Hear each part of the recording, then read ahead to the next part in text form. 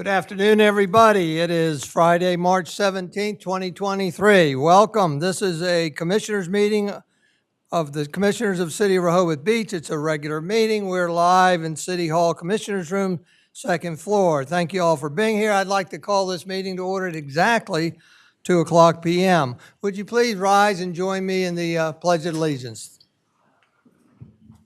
I pledge allegiance to the flag of the United States of America and to the republic for which it stands, one nation, under God, indivisible, with liberty and justice for all.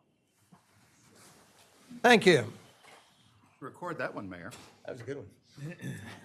It hadn't been that loud since I think we had the Girl Scouts here about 10 years ago, and I tell you, it almost brought tears in my eyes with the Girl Scouts here because they were 10 of them were as loud as all of you all. It was fantastic to hear that. I want to thank everybody for being here. I'm going to start off with a roll call. Commissioner Tony Sharp. Here. Commissioner Jay Legree. Here. Commissioner Ed Chernowski. Here. Commissioner Patrick Gossett. Here. Commissioner Tim Bennett. Here. Commissioner Bunky Markert. Here. And I'm Mayor Stan Mills. We have a full complement of the mayor and commissioners, and therefore we have a full complement and quorum, so we can formally conduct business today. With that, I'd like to identify the staff. It takes a lot of people to run these meetings, and as far as city staff here with us today, City Secretary Ann Womack, Matt Janis, Building and Licensing Supervisor, raise your hand. City Manager Lawrence Christian, City Solicitor Glenn Mandalis, Margaret Carson, Executive Secretary, raise your hand. I see you hiding behind the podium there. Evan Miller, Assistant City Manager over here, Chief Keith Banks, Police Department. Kevin Williams, Public Works Department. Not you, is Lynn here? And in the back corner is Lynn, our communications special. Did I miss anybody? No, we got them all. Thank you all for being here. I'd also like to thank everybody that's here in person. We haven't had this big a crowd in a decade or something, and all smiling faces this time. So we're glad to have you here. Thank you. And as for those that are going to be staying for the entirety of the meeting or parts of the meeting, they know that when appropriate topics come up that they want to give us feedback, raise your hand and be called, and we'll let you give us some feedback on that. For those watching virtually, we thank you for watching, and I like to always remind that documents that support our agenda topics, we call them support documents, when they are available, are embedded in the agenda. If you go to cityofrehoboth.com, look up the portal, and you'll be able to search for this meeting, and it will show you all the support documents that we get to see up here so that you can be informed prior to the meeting when they are ready in advance of a meeting. With that, we're going to go to our first item of business, which is presentation of proclamation in honor of Women's History Month and recognizing March 2023 as Village Improvement Association, aka VIA Day.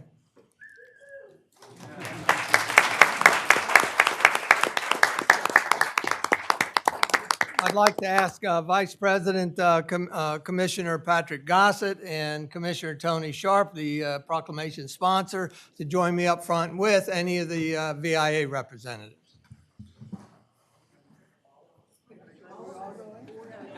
No.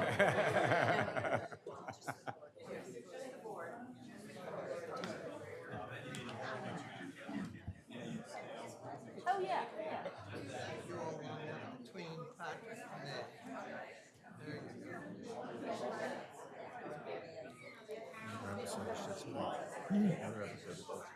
Yeah, right.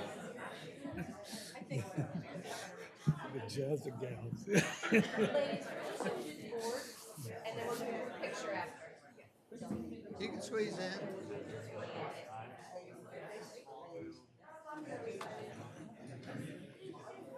Went the way of that Wilmington Baltimore Task Force. It just don't know. It's probably out there. The Environment Committee wants I'm gonna read the proclamation, and then afterwards, there'll be plenty of time for a photo shoot. why it died. All righty? How it Can died. you hear all right? Yes. In reference to the proclamation I just mentioned, whereas in honor of Women's History Month, we celebrate all of the achievements and contributions women have made. Over the course of the history of our nation, women have played a crucial role in advancing social justice, led groundbreaking scientific discoveries, enriched our culture with remarkable works of art and literature, and charted bold directions in our foreign policy.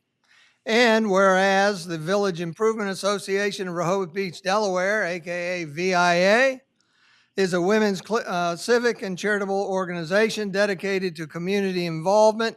Since 1909, the VIA has been dedicated to improving the Rehoboth Beach community and enhancing the lives of residents and visitors. And whereas the VIA's many contributions include starting the Rehoboth Beach Public Library, co-founding the Rehoboth Art League, and constructing the Lake Gerard Children's Fishing Pier. And whereas also the VIA provides health-related education, support for homeless adults and children, scholarships, and community beautification efforts, to name just a few of their energetic achievements. And whereas the VIA's current 240 volunteer members continue this tradition of service by working towards 115 different contributions Thank you. in celebration of the organization's 115th anniversary in 2024, which is next year, obviously.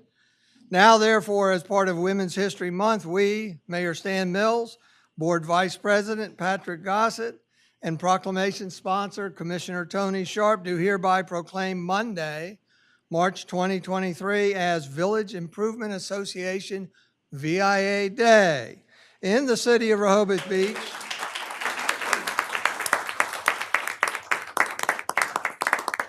It is so proclaimed in the city of Rehoboth Beach in honor of the 240 VIA volunteer members who make such a positive difference in our community.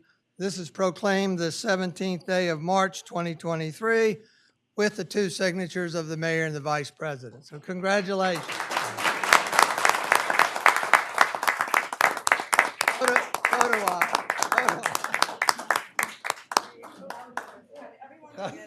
Everybody squeeze in. Yes.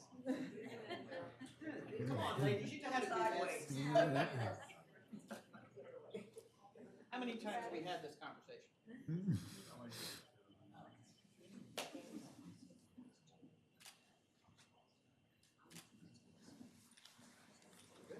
Good.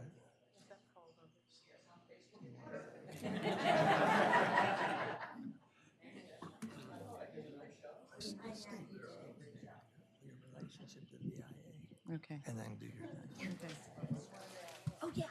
One more thing. Thank you, everyone. I'm Kate McKenzie. I'm president of the Village Improvement Association of Rehoboth Beach, Delaware, Incorporated. And I want to thank Mayor Mills, Vice President Gossett, our sponsor, Commissioner Sharp, the rest of the commissioners, and everyone else, including City Manager, as I just said to him, I'm going to call him Larry Christensen because that's my cousin's name.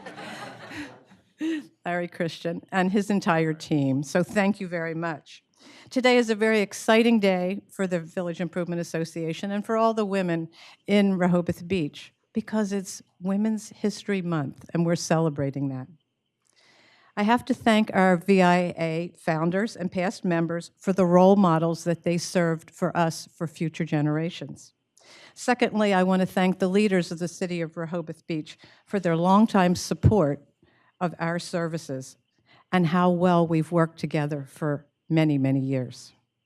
When reading the history of the VIA, it seems that the members have always been a force to be reckoned with.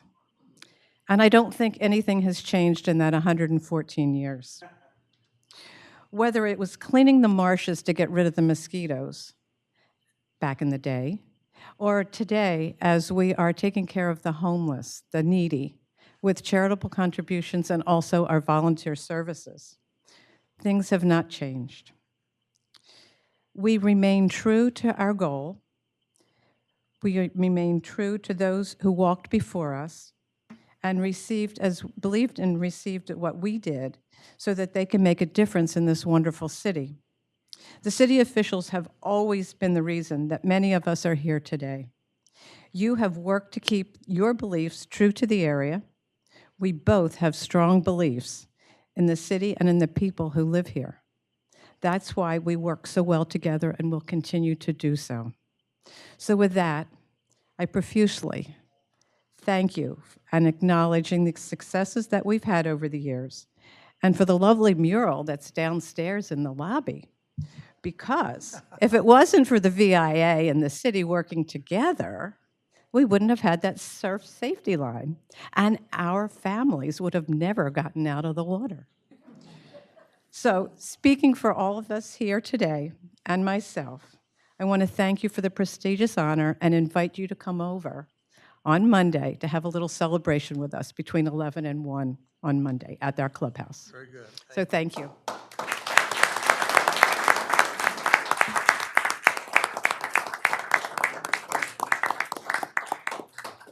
Thank you very much. We have a very long meeting. It's probably 3 or 4 hours. Now's your chance to escape, if you like. Yeah, you have to stay. Part of the deal. Yeah, it's part of the deal. Congratulations. City manager, Lawrence Christian, right there. Say thank you, Lawrence. Thank you. Yes. Thank you. Oh, it's my pleasure, my pleasure. Thank y'all for everything you do. Ma'am?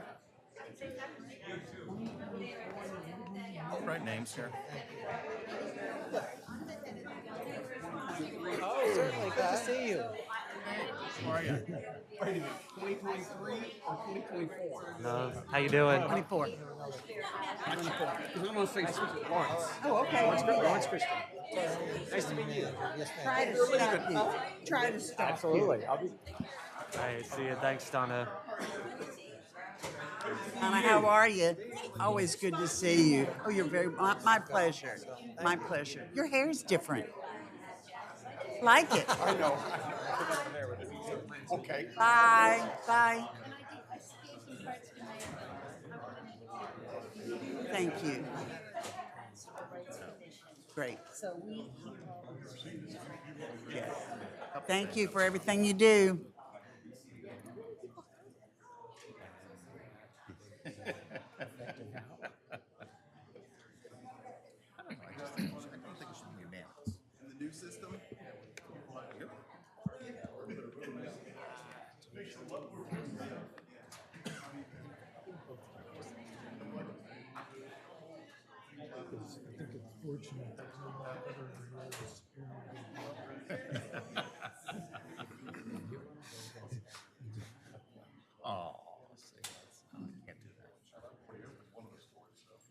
Very good. We'll move on to the next item of business, which is correspondence. And I don't have anything identified, and we don't have anything identified. Therefore, there's nothing embedded in the agenda. With that, we'll move to approval of minutes. We have to do these a certain way. We're going to start off with some individual. First of all, there are how many sets? 1, 2, 3, 4, 5 sets of minutes here. Are there any corrections needed to any of the minutes? If there's none identified, it makes it a little easier, but we have to address approval of minutes in different methodologies here. In reference to the September 22nd, 2020 meeting, a special meeting of the commissioners, the only current commissioners there were Mayor Stan Mills, Jay Legree, Patrick Gossett, and Edward Shanowski. So I would like only those 4 to be voting, to make a motion, second, and then be the ones to vote up or down this particular sets of minutes. Are there any questions? If not, I would entertain a motion to approve the special meeting of September 22nd, 2020. So moved. Second. So we have a motion by Commissioner Ed Chernowski and a second by Commissioner Patrick Gossett to approve the special meeting minutes in front of us dated September 22nd, 2020. Are there any Additional discussion? If not, those 4 commissioners identified signify by saying aye. Aye. Aye. Those opposed? We'll have, I guess we record the rest as abstentions? Right. Okay, the rest are abstentions. So we have 1 set of minutes Bless you. under our pocket. For the next sets of minutes, special meeting, May 26, 2020. Special meeting, May 19th, 2020. The only commissioner that was around back then is Commissioner Ed Chernowski. So obviously, that doesn't create a quorum, but there needs to be a way we can approve these minutes. Glenn, would you advise of the process and who can vote on these 2 particular sets of minutes that only have Ed Chernowski's name on them? Sure, Mayor. So this is something that doesn't happen that often, that you come in a situation where it's not possible to get a quorum of members that are able to vote. So there's something called the rule of necessities, where a public body is obligated to do something, such as approve minutes, but you can't get a quorum because of circumstances. Then all the members are permitted to vote, even though you didn't attend that meeting, based upon Ann's representation that these are the meeting minutes and they reflect accurately what occurred. So all the members of the commission can vote on these. All right, so we can all vote and on these that are dated back to 2020. It's just a fact that some of these minutes have been overlooked, and we're playing catch-up here. With that, I'll take a motion to approve the 2 sets of minutes, both special meetings, one May 19th, 2020, and one May 26th, 2020. So moved. Second. So we have a motion by Commissioner Ed Chernowski and a second by Commissioner Tony Sharp to approve the minutes of the special meetings, plural, of May 19th and May 26th, 2020. Is there any discussion? If not, all those in favor of approval signify by saying aye. Aye. Any opposed? And those 2 sets of minutes are approved unanimously. Thank you very much.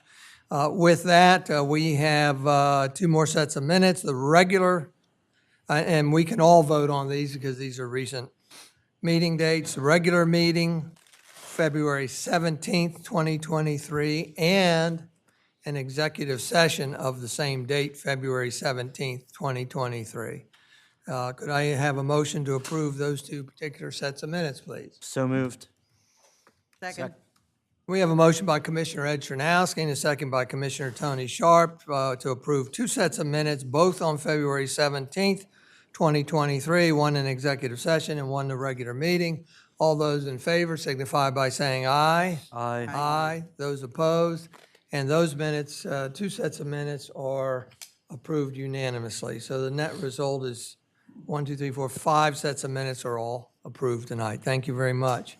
With that, we'll go to the next bit of business, which is the city manager's report. Mr. Christian? Thank you, Mayor. Appreciate it. City Manager's Report dated March 17, 2023. I'd like to start off with beach replenishment.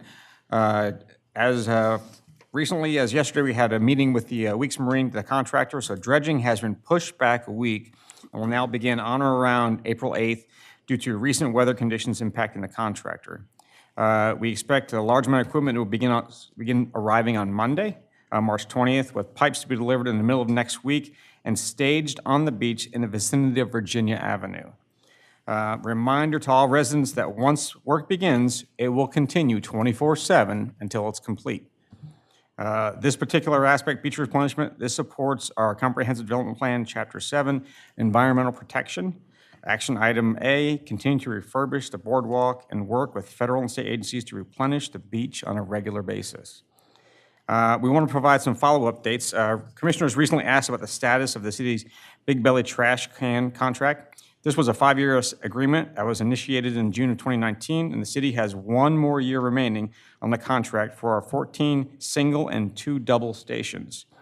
At this time, staff recommends removal of the Big Belly containers at the end of the contract, as their use appears to be mostly duplicative in nature of what the city already provides.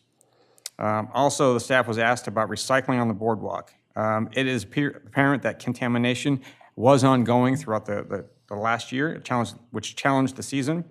The Streets Department is committed to continuing this effort for another year. and staff will consider alternatives to mitigate this cross-contamination, such as removing some half-empty bags, if uncontaminated when checked, to try to reduce the contamination problems on the boardwalk. Rehoboth Avenue will be repaved, looks to be this fall. Recently, this past week and prior to a couple weeks ago, the staff was coordinating with DelDOT as we begin design and construction with consultants that were contracted to ensure the compliance with federal and state construction ADA requirements that will determine the scope and work for repaving of Rehoboth Avenue this coming fall. The city's included funds in the 2024 Capital Improvements Program to repave Rehoboth Avenue from 2nd Street to the Boardwalk. So this will be a very continuous repaving effort from the circle all the way down to the bandstand and all the way up again. The rest of the avenue from 2nd back up to the circle will fall under DelDOT's purview. This particular action supports CDP Chapter 3 Community Character and Profile, City Government and Community Organizations, Action Item K. Seek to ensure projects that involve multiple committees' input and participation are coordinated with collective support for inclusivity and considered in a timely manner by the Board of Commissioners.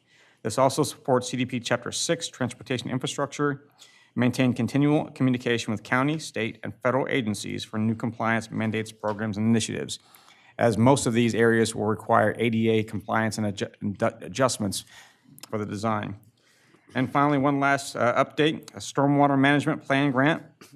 I'm sorry to say that we did not receive the surface water matching grant planning that we applied for. We may apply and we will apply again in July. The city applied for this particular grant to specifically support CDP Chapter 6 Transportation Infrastructure Action Item R, which is prepare a citywide stormwater management plan. And finally, we have street expenditures dated March 16th, 2023 from Delmarva Power in the amount of $9,631.87. Mayor, that's all I have. Mayor, I move approval of a street aid expenditure in the amount of $9,631.87 to Delmarva Power. Second. We have a motion by Commissioner Ed Chernowski and a second by Commissioner Tony Sharp to authorize city manager to pay Delmarva Power their monthly invoice in the amount of $9,631.87. Is there any discussion? If not, all those in favor signify by saying aye. Aye. Those opposed, and the amount is authorized unanimously. Thank you very much. Mayor. Could I Are you, I'm sorry. speak to the Are city you done? manager? Are you done? Yes, I am. Okay. I'm sorry. Okay. You just said that we didn't get that planning grant. That's And correct. the public needs to know that we have loaded from our last year's budget enough money to proceed with a stormwater management plan. So not getting that grant is not going to slow us down or stop us. Thanks, Mayor. Thanks, City Manager. You concur? You concur? Very good. Very good. Thank you very much. I just have a We'll go to clarification. Patrick and then Tony. Just a reminder, if you could provide for us at the next meeting, any updates on the bulk trash pickup for the city, our annual spring bulk trash pickup, as to when that would occur and scheduling for it? Bulk trash pickup. Thank you. We received an email from Lynn, if you want to do it right now. I'm sorry? You have that email from Lynn? You can just read it right now, or do you want to wait? I'll wait for the next. Okay, we'll do it next time, and we'll tell you about household hazardous waste at the same time. Great. That after a hiatus is coming back. So that's very good news. Thank you, Commissioner Sharp. I was just curious, did I miss the rationale that we did not get that grant? Why didn't we get that? I don't believe that was Assistant City Manager Miller. Do you know the exact reasons? Because I was not provided that one. Sure. So the Water Infrastructure Advisory Council, which is the board that basically hears all these applications and votes on approval of those applications, they received too many projects. So they didn't have enough funds for this round, but they certainly encouraged us to apply. These are quarterly grants. So they encouraged us to apply for the July. We also have a couple surface water matching planning grants currently in the works, so that may have been a reason also why we weren't selected, but ultimately they said they just received too many project requests, so. So did I hear you say we will try again in July Yes. of this year? Yep. Thank you. Anybody else? Thank you very much. With that, we'll move on to City Solicitor's report. Len? Thank you, Mayor. I just wanted to briefly update the commissioners on a case called Hyler versus City of Rehoboth Beach. This is a case that's lingered for some time. You may remember there was an officer terminated a few years ago. That termination was challenged on several different grounds, and in each instance, it was sustained. So sort of as a follow-on to that, the officer filed with the Superior Court seeking protections under the collective bargaining agreement, which he was not afforded because he had opted out of the union. So this case was looking at that matter, and the case granted the city's motion to dismiss based upon those grounds, that he did not have protections under the collective bargaining agreement. So you might see a blurb in the Cape Gazette about that. I've got a couple questions. Very good. Thank you very much. With that, we'll move on to the next bit of business, which is departmental reports. We have 3 reports embedded in the agenda. The Building and Licensing Department report, Police Department report, and Volunteer Fire Company. Best thing to do is go to the portal and look up, and you'll find the support documents there. Helps save us a little time also. Mayor, if I could, one comment on Yes. that. Previously, during the season, we typically have been receiving noise complaint updates on a monthly basis as a recap of, as parallels the arrest records. If that could come back into play during the season, I would appreciate that. Is that not, I didn't see it in my pile, but it may be yeah, there. okay. So noted. Thank you very much. With that, we'll go to the next item of business beyond departmental reports is board and commission reports. I don't have anything from the Parks and Shade Tree Commission, even though they met. The new chair is getting acclimated to doing reports. I'll do my best to get it for the next meeting. With that, there is a Board of Adjustment report embedded in the agenda, and essentially, I think the most important part of it is that a variance request in front of the Board of Adjustment to increase from 2.0 to 2.76 for 1 Rehoboth Avenue, also known as the Grotto Hotel, has been deferred until the April Board of Adjustment meeting. I think it's important to note that. Also, we received and embedded in the agenda is a Planning Commission report that essentially articulates the following. A resolution was adopted setting forth the recommendations of the Planning Commission to the Board of Commissioners in terms of the parking discussions, and a review of pending site plan applications for the Bellhaven is coming up, expected for the April 14th, 2023 agenda. And again, you can look at these support documents on the portal. Accompanying the Planning Commission report is the recommendation and the resolution adopted by the Planning Commission in response to the Board of Commissioners tasking the Planning Commission with taking a look at parking. I first asked them to look at commercial parking, then I expanded it to parking citywide. All they have so far addressed is commercial, which has taken a good amount of their time. So we'll be putting that on a future workshop agenda as soon as we can get it on there. Any questions with the reports? Yes, Mayor, one on, with regards to the Board of Adjustments, they also noted that they had updated rules of procedure for the Board of Adjustments, and that changes were agreed to unanimously by the board, and a final version will be sent out by the board solicitor. I have not received that update, and I don't know if anybody else has or not, but I would like to get a copy of that if possible. Okay, we'll get that out to everybody. Thank you. Thank you. With that, we're going to move on to committee reports. I would like to make an announcement. If you recall, for the long term, we have been receiving committee reports, committee, commission, task force reports, if you will, once a month during a regular meeting, such as tonight.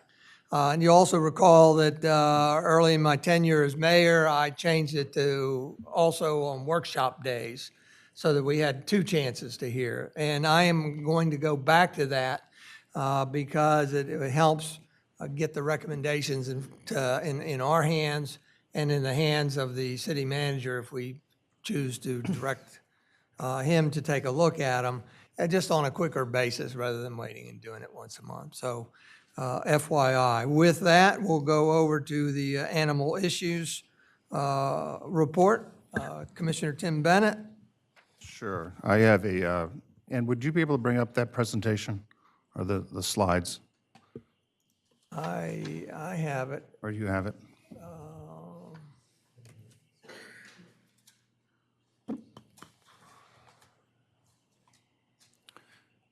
While the mayor's looking for that, the Animal Issues Committee had a meeting earlier or later last month, and there were 3 recommendations or 3 topics that the mayor suggested I bring forward to the Board of Commissioners and the group today.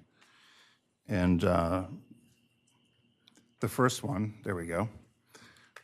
So the first one involves, we received letters from some residents as well as discussion within the committee about dispensers. You can go to the next slide, Mayor. You get a chance. Dog waste dispensers within the city. And you can see there on the far right, you might have seen this in the newspaper, but one of our residents has already put out their own bag dispenser for dogs to collect waste. And the thought from the committee was this should be a recommendation, or this should be something that we do within the city and start either at the entrances of our lakes or where the parks are, or wherever we deem necessary based upon Public Works and I believe the city manager staff. The discussion on a lot of these dispensers, you'll see that they have a waste bucket attached to them. We're not recommending that. We're just recommending the dispenser for the bags.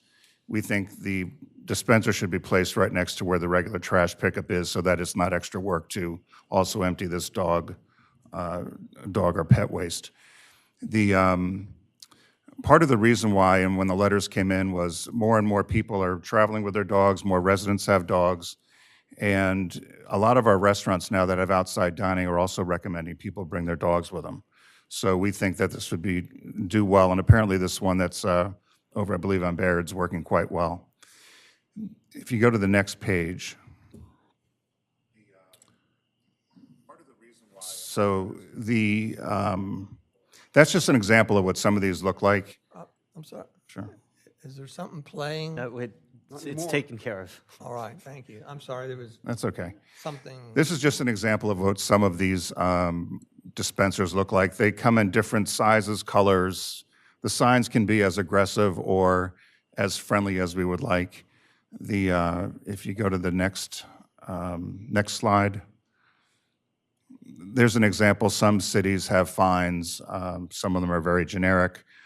I suggest the next slide shows some custom signs that you can do. And so in order to defray the cost, I thought it might make sense for us to either have a contest or we do a lottery where people can get their dog featured on our sign each year, and that would defray the cost for this program. But I think that would fall again under marketing, under Lynn's group and the city manager. So the Animal Issues Committee unanimously voted that we thought this was a great idea for the city to at least explore putting these dispensers around town in various locations that make sense. A quick scan of the area, Henlope and Acres has them, as does Dewey, has these dispensers as well. So that was the first topic. Do we want to discuss these each, or do you want to move on to the next one? Go ahead and go through all Go of them through, if okay. you don't mind. Sure. The next topic is a holdover from Commissioner Byrne when he was part of the Animal Issues Committee. Excuse me. There was a PSA announcement that was developed by the Animal Issues Group. It was initially a flyer, and it was essentially not to leave dogs in unattended vehicles or hot vehicles in the summer. And we talked with Evan at the time about doing a sticker or some sort of ID on the parking meters or the parking kiosks, and realized that wouldn't work. And so the group had developed a flyer, which, excuse me, I've had some preliminary discussions with Lynn in marketing to help maybe develop this and make it look more like it came from the city and more official. One of our members, Melissa Riesco's, also talked with Rehoboth Beach Main Street about whether, if we developed a flyer, whether they thought the stores or the businesses would display these. And we have a meeting in April where she'll report back. But the initial thought is maybe the flyer is not the best thing, but we're going to figure out what maybe it goes in rental packets, maybe it is something that we leave out, or we certainly put the message out through social media. In the next slide, you'll see definitely we'd like to have it on the electronic billboard there, particularly when it's hot weather, just to remind people as they come in with a rotating message, please do not leave animals, pets, dogs, even people in the car unattended. So I think this is just a very basic public service announcement that the committee thought we should do, particularly in the summer season. And again, we all unanimously agreed, and I think this would fall under probably city manager and Lynn Cohn's area. Okay, and the third one, there was lots of discussion. Well, that was the flyer there that was initially developed. That was just the draft flyer. You can go to the next one. And then the third area for discussion that was brought up, there was a lot of discussion about, within the media, about a dog park, which is not part of the discussion. But there was a discussion of a dog run. And the Animal Issues Committee unanimously brought forward the idea of having a dog run somewhere on the beach, whether that was, it was not the whole beach, but was there a designated area within Rehoboth where we could have a dog run where people can let their dogs onto this part of the beach from sunrise until 8 a.m. Throughout the summer season. Currently, we do not allow dogs on the beach from May 1st through September 30th. And some of the committee members brought up or recommended the idea of Deauville Beach because it has parking, and it would be easy to designate an area there that that dogs would be able to run from sunrise until 8 a.m. We looked at, if you go to the next slide, I looked at all the different coastal Delaware beach rules throughout the area, and this was directly off the website. As I noted, for Rehoboth, dogs are not permitted on the beach or boardwalk May 1st through September 30th. In Bethany, no dogs are allowed on the beach or boardwalk from May 15th to September 30th. Dewey allows dogs on the beach before 9:30 a.m. and after 5:30 p.m. Fenwick does not allow dogs on the beach May 1st through September 30th. Lewis allows dogs on the beach before 8 a.m. and after 6 p.m. And Ocean City, Maryland, no dogs on the beach or boardwalk in the summer season. Our state parks, though, however, have some restrictions, but dogs are allowed on the beach. So Dewey and Lewis, on both sides of us, allow dogs on the beach in the morning and in the afternoon, or after evening, after 5:30 or 6 p.m. The request from the committee was, could we have a similar thing for the morning here during the summer season for people to allow dogs on a designated area of the beach? Thank you. Thank you for your committee's work. We appreciate that. I have a couple comments. One is a generic one. If you notice on the agenda, I listed some of the topics here. That's something I'll be doing in the future so that us and the public have a better idea of what is coming forward so they can be attentive and choose to come or listen or something. It also gives the commissioners the opportunity to hear the report, whether it's written or oral, and help make a decision on the disposition of some of these recommendations. In other words, for the installed poop dog waste stations at selected areas, we may choose to say, send that over to the city manager and let him evaluate it and see because there's more to it, right? Because during your conversation, you had a conversation on who refills them and all that. And I Right, think each dispenser we looked at costs somewhere between $60 and $120, depending upon what you buy. And the discussion became who's going to refill these and could it be part of and that's why we said if we located them right next to where the trash is picked up each week, that at least it's not an extra trash pickup, it would just be refilling these bags. Right. One of the members is speaking with Dewey to find out. Anecdotally, they do not run out of bags that often. In other words, it's not like they go through bags like crazy. So they were trying to get an idea of how much and how many bags they go through. Right. And then there was thoughts of, whether it's the Animal Issues Committee that volunteers to fill these, if it can't be, the city doesn't have the resources, or volunteers within the city that could do it. Somebody mentioned the Scouts, and a few of the members, even myself, offered to make sure that they were filled as well. And when I talked about the custom signs, I think if we did a lottery or something like that to make a custom sign with residents' dogs, that certainly would defray a big part of the cost if we wanted to do something like that. So yes, that was a big part of the discussion, though, as to who maintains this and who fills them, and how many are there? You know, how many do you put up? So to finish my thoughts, I think it's within the power of this group to just delegate this to the city manager if the alternative is to ask for it to be put on a future agenda. Same thing with the second item, distribute a flyer to remind people not to leave pets and young children unattended in a hot vehicle. You know, my thought on it is, rather than having us deal with it, that we just direct the city manager to work with Chair Commissioner Bennett and the Animal Issues Committee to see if it's viable and that we're able to do it.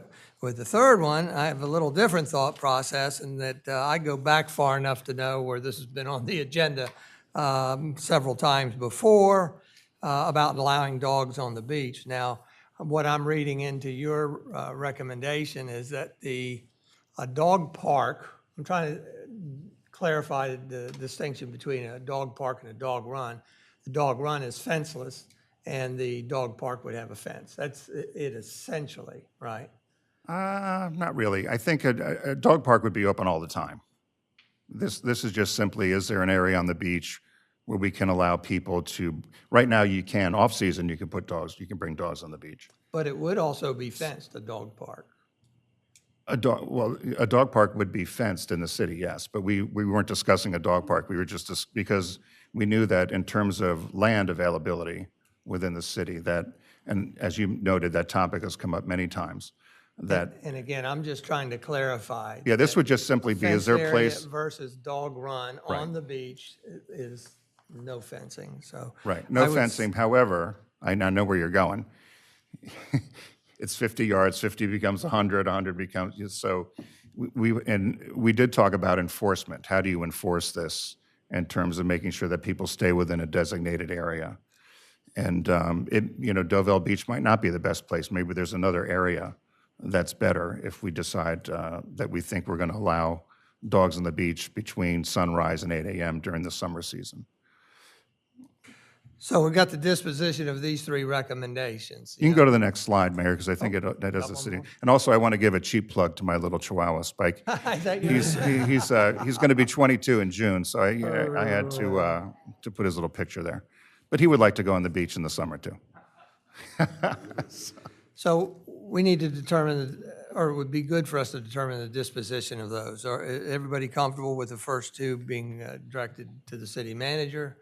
And then the third one we'll put on a future workshop agenda for discussion so that can be bigger. I just want to share with you, today, I walked the entirety of Rehoboth Avenue. And going down, I listened to a dog on the other side, I call it a little yappy dog. It's just yap, yap, yap, yap, yap, yap. So I go all the way down to the boardwalk and I come back 45 minutes later, and what I hear, yap, yap, yap, yap, yap, yap, yap. So it's interesting because the sign, I think, is primarily for dogs and children in hot vehicles, right? But it seems to me that one, even in a cold climate, is a bit much to listen to for hours on end, especially if you were at an outside dining area and had to listen to it, right? Well, that's a good point. I mean, maybe it's don't leave them unattended anytime. Yeah. So is there any discussion by the commissioners? Yes, the only thing that I agree that to turn the first two topic notions over to city manager for review. But if, on the first one on the stations, if we come back to us just as a report, the issues that would be important to me to review would be the costs involved, the exact locations of the proposed locations of these, kind of a schedule of installation, kind of a process to maintain, and also including in, if you will, end of the season evaluation is what we anticipated, what we resulted in. So just an update that, yeah, it's working or it's not working, that type of thing. So what I'm hearing is the process is we'll turn it over to the city manager, but rather than just acting on it himself, he would come back to us with a report. I think with a plan in place, but I think, is there a consensus up here that that's a way to move forward? But just as a report back, as this is what you've charged me to do, and this is what we're doing, and how we're doing it. Yeah, Do I hear a consensus up here for that or not? I'm already confused. Okay. But the bottom line to me is I think it's always smart to have our city manager look into things. But as a part of that, I think it should come back to the commissioners because you're talking about potential of budget items. So I think it should come back to us, but I would like to know a lot more about how many letters have been received, what's the scope of this problem, because what I'm hearing in the first problem is about behavioral change, not for the dogs, but for the humans. And I'm not at all against this, but I just want to be very clear-eyed of what we're going to potentially invest in it and whether or not behavioral change will happen. I happen to live on a street end that has a small park, and it is amazing to me that the behaviors of people, knowing the residents live right there, they cannot be bothered to pick up waste in that park. So it's a very small, as you know, street end. So I would just hope we get some more deep information on this. And I would also want to know how we are currently doing on enforcement of the no dogs on the beach currently.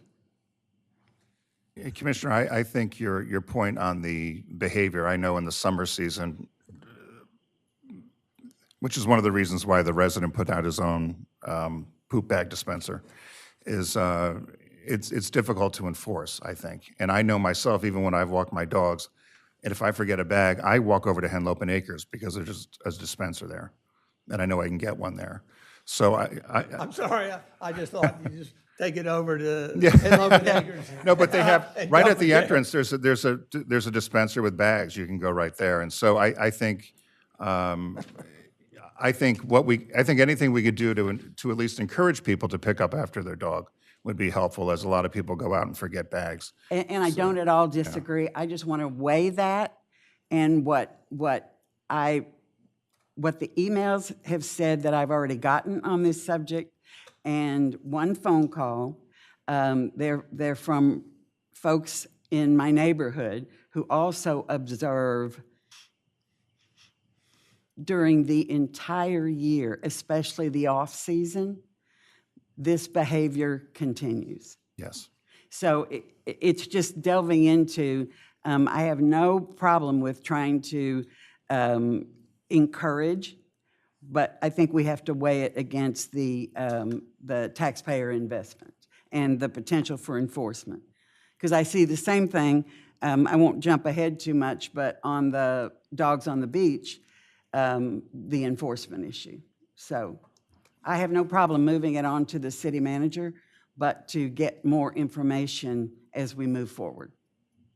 Okay, so what I'm hearing as far as the process is handing it over to the city manager for further evaluation and collaboration with the Animal Issues Committee, but that's not the end all. It will come back to the commissioners. And I would prefer that it not, I mean, a report back is fine, but I want the city manager to have the authority to act on items 1 and 2. I don't disagree, but in light of wanting to bring it back to the commissioners, I don't know how wise that is, that's all. Commissioner LeGree? This is such a hot topic, and like Commissioner Sharp, I've gotten a lot of response. I would like to ask Chief Banks, what does the state of Delaware say about dogs running loose off leash? Well, just remember, that's a future topic for the Sure Board of is. Commissioners. But before we go on, it's something that I would like to have settled.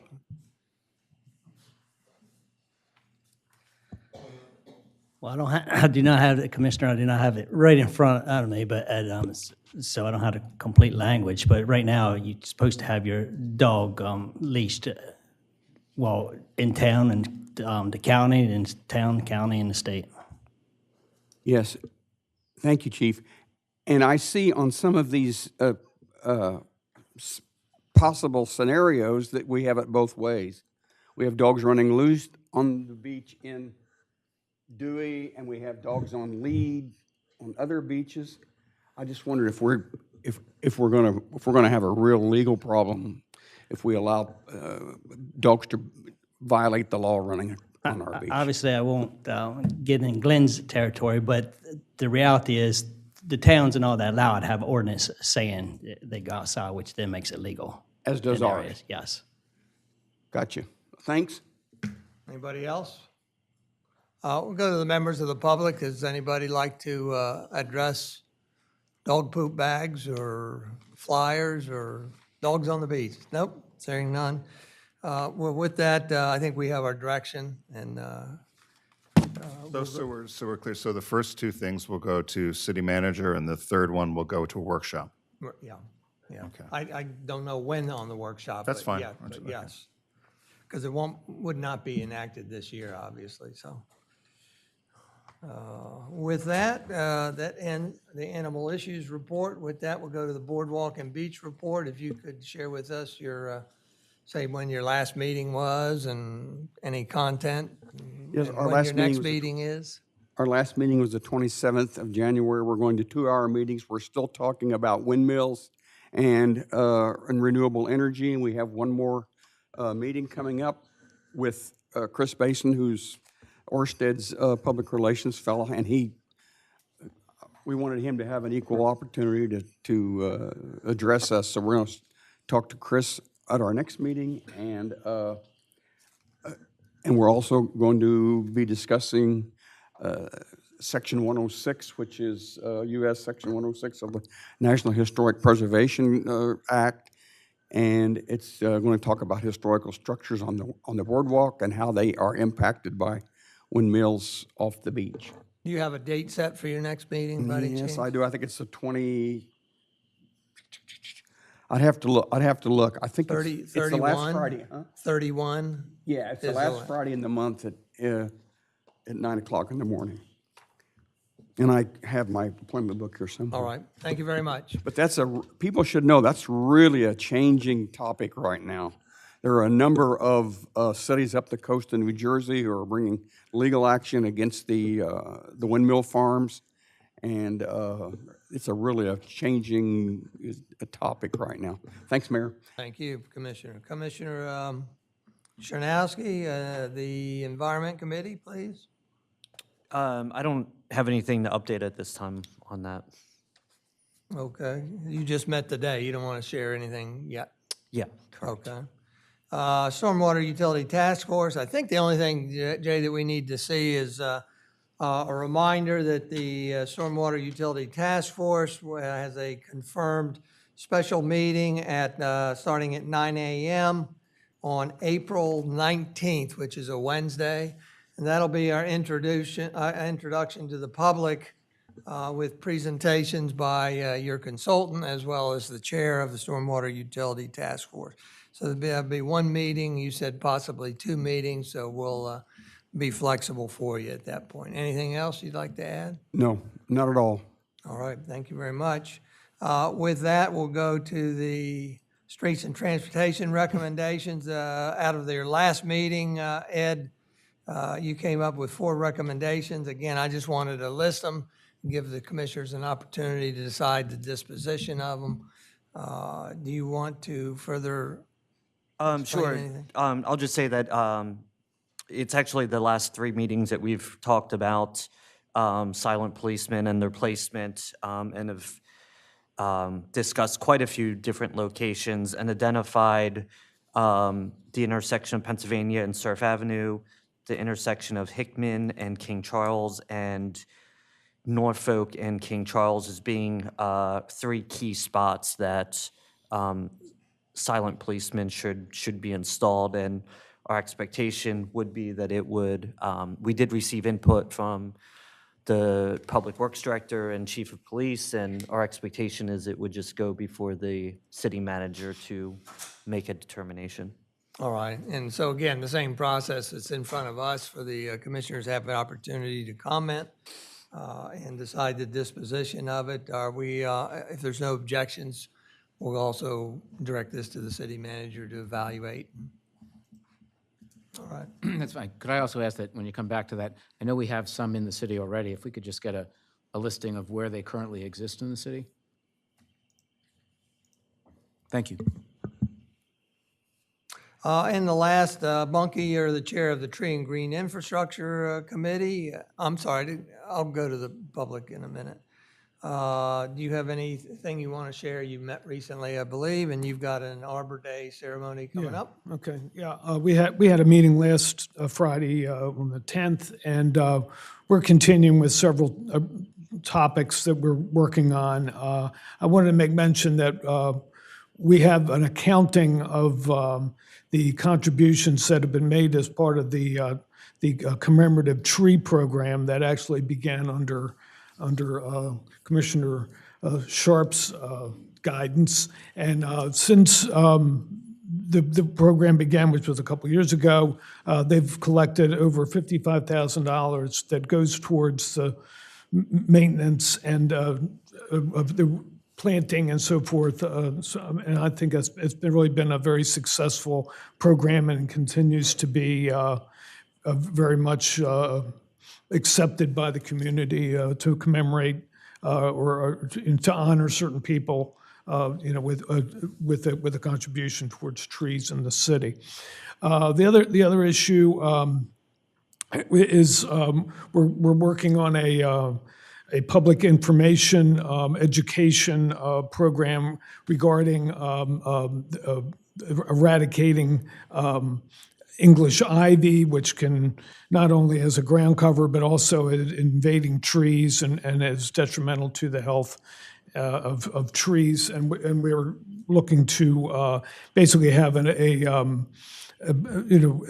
get the word out to the city in various ways, just to educate people. I think we're going to have another kind of a talk or something like that in the future. We're working on that. And then finally, we're having our Arbor Day celebration, which is going to be on Friday, April the 21st, which involves the 2 grades at the Rehoboth Beach Elementary School. They're going to join us in a little celebration over on 3rd Avenue by the city park there, and they'll be planting some trees. There'll be some entertainment, and we've done this a couple times in the past, and it seems to be very well received by the students over there. So to be continued.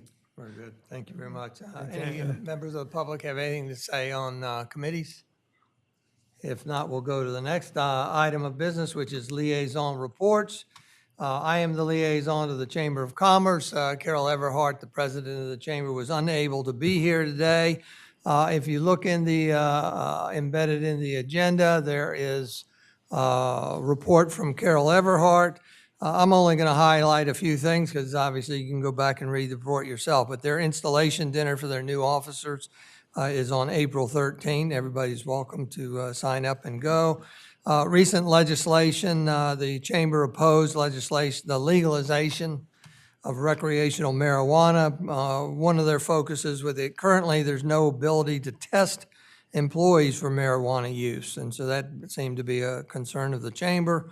They're also concerned with the housing issue, and they're meeting with the University of Delaware on May 3rd to look at workforce housing, and they're doing preparations for their sidewalk sale. On page 2 of their document, there are some statistics comparing occupancy reports from different periods of time, and they're comparing the occupancy reports for downtown, in-town Rehoboth Beach to out-of-town Rehoboth Beach, but still within the 199 zip code. And Carol wants to make note that the accommodation stats are down slightly, whether it's in town, but it's even in the 19971 zip code area. Two elements that are most likely related are the economy and the thousands of short-term private rentals surrounding our 19971 area. So that's a reason they believe for the downturn in numbers. With that, I will hand it over to the liaison to the Historical Society, Commissioner Legree. At our last board meeting, I'm happy to report that the Historical Society invited Mike DiPaolo to come and talk to us. Mike is a consultant.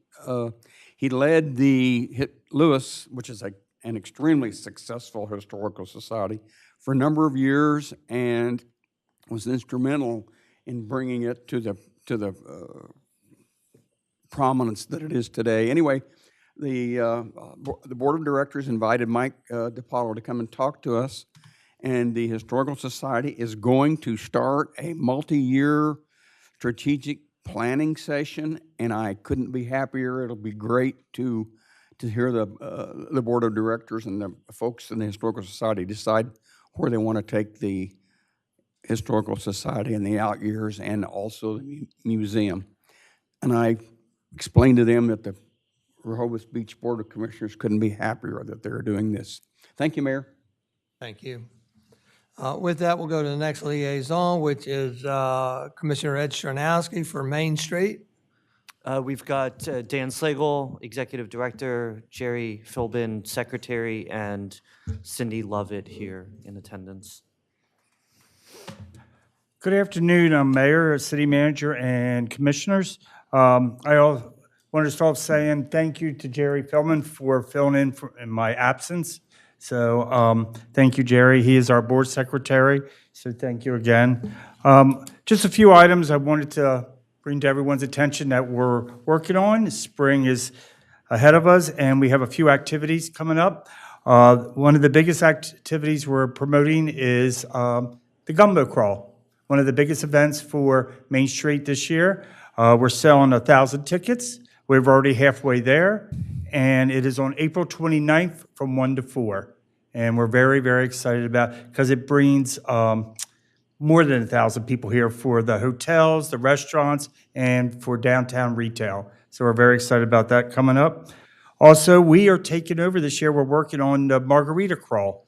Again, selling 1,000 tickets, inviting visitors and residents out for the Margarita Crawl, which will be on June 3rd, Saturday, June 3rd, from 1 to 4 again.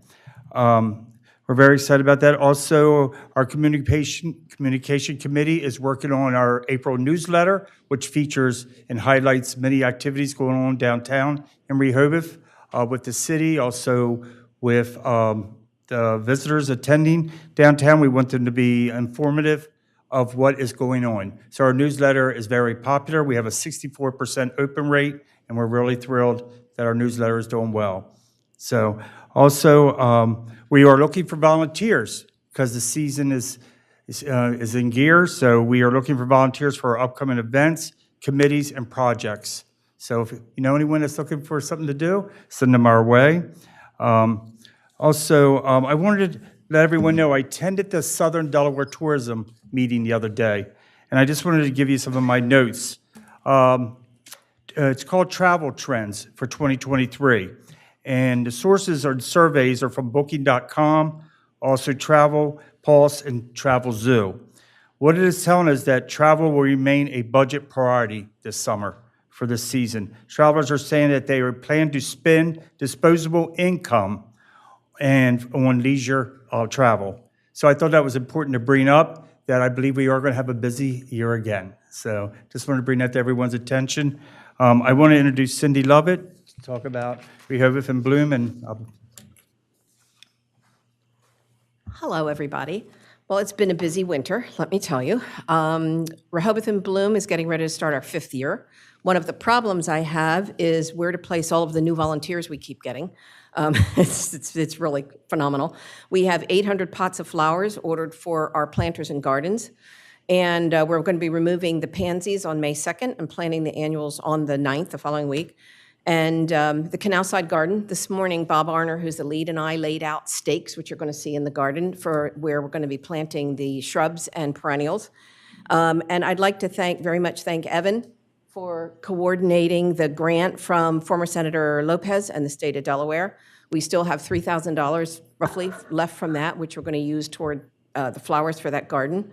We have 105 pots of 6-inch flowers ordered for that garden, so we're hoping for an explosion of color. We might be planting the shrubs and the annuals next week. Optimistic, but maybe. The Oldies Dance, we had a great committee meeting on that. The awesome DJ Sky Brady is coming back to us.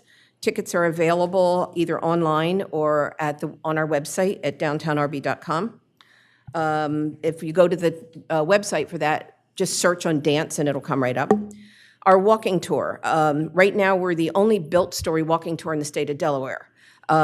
It really helps that the more walking tours, so when you pull up tours near me, the more that there are, the more exposure everybody gets. So I'm going to start working to contact Lewis and Milton and other towns near us to tell them about Built Story and see if they will, think about making tours. The Cottage in Town Awards kickoff is May 20th. Begin date for construction to be considered for the award is anytime now through August 1st. Closing nominations on August 11th. We have 4 categories: Best New Construction, Best Renovation Reconstruction, Best Landscape, and Best Commercial Construction. So if you know anybody, a new home or a business that's been ready, or a beautiful garden that's gone in the last year, that you can nominate someone on our website, again, downtowrb.com, and search for cottage, and you'll come up with all the information that you need. So any questions? Good, thank you. Thank you, Cindy. Thank you. Jerry did a good job last time, too, so. I heard, I was like, Thank you very much. So, and with that, we'll remain with Commissioner Ed Stranowski, who is the liaison to Cape and Lopin Senior Center. I don't have anything new to update from the last meeting on the senior center, Mayor. A reminder when the next breakfast I believe it's is? June 14th. It's quite a few months out. Yeah, that's all right. That's all right. With that, we'll go to the next item of business, which is a public hearing of supplemental permit of compliance request by Aileen Hearn of Mug and Spoon LLC, doing business as Somewhere, to operate a dining patio serving alcoholic beverages in conjunction with the restaurant known as Somewhere Restaurant, located at 52 Baltimore Avenue. With that, I'll turn it over. I see Eileen is here and her husband representing Somewhere. And we'll turn it over to you. Thank you, Mayor. So this is a restaurant patio supplemental permit of compliance hearing for Somewhere Restaurant. Remember, our code at section 215-2 indicates that no person shall operate, maintain, or carry on the business of a restaurant or dinner theater governed by this chapter until the owner or lessee has received a permit of compliance from the city stating that the said restaurant or dinner theater is in compliance with all the city's applicable zoning and licensing requirements. Section 215.5 indicates that a hearing is required. It says no applicant shall receive a permit of compliance or supplemental permit of compliance from the city until after a public hearing, at which hearing interested parties and citizens shall have an opportunity to be heard. Now, recall that during these hearings, there are certain things that the commissioners are supposed to take into consideration as you make your decision. The code indicates a permit of compliance or supplemental permit of compliance shall not be issued to the applicant or to the Delaware Alcohol Beverage Control Commission except by the favorable vote of a majority of the members of the city commissioners. In reaching their decision, the commissioners shall consider the following factors, including but not limited to: first, whether the applicant has demonstrated that the establishment's primary purpose will be that of a restaurant or dinner theater as defined in this chapter. Second, whether the establishment meets all of the city's applicable zoning and licensing provisions. Third, whether the establishment would be a detriment to the peace and order and quiet of the neighborhood and the city. Fourth, whether the establishment will have an adverse impact on the neighboring properties or on the city of Rehoboth Beach, considering the impact on traffic, parking, and noise.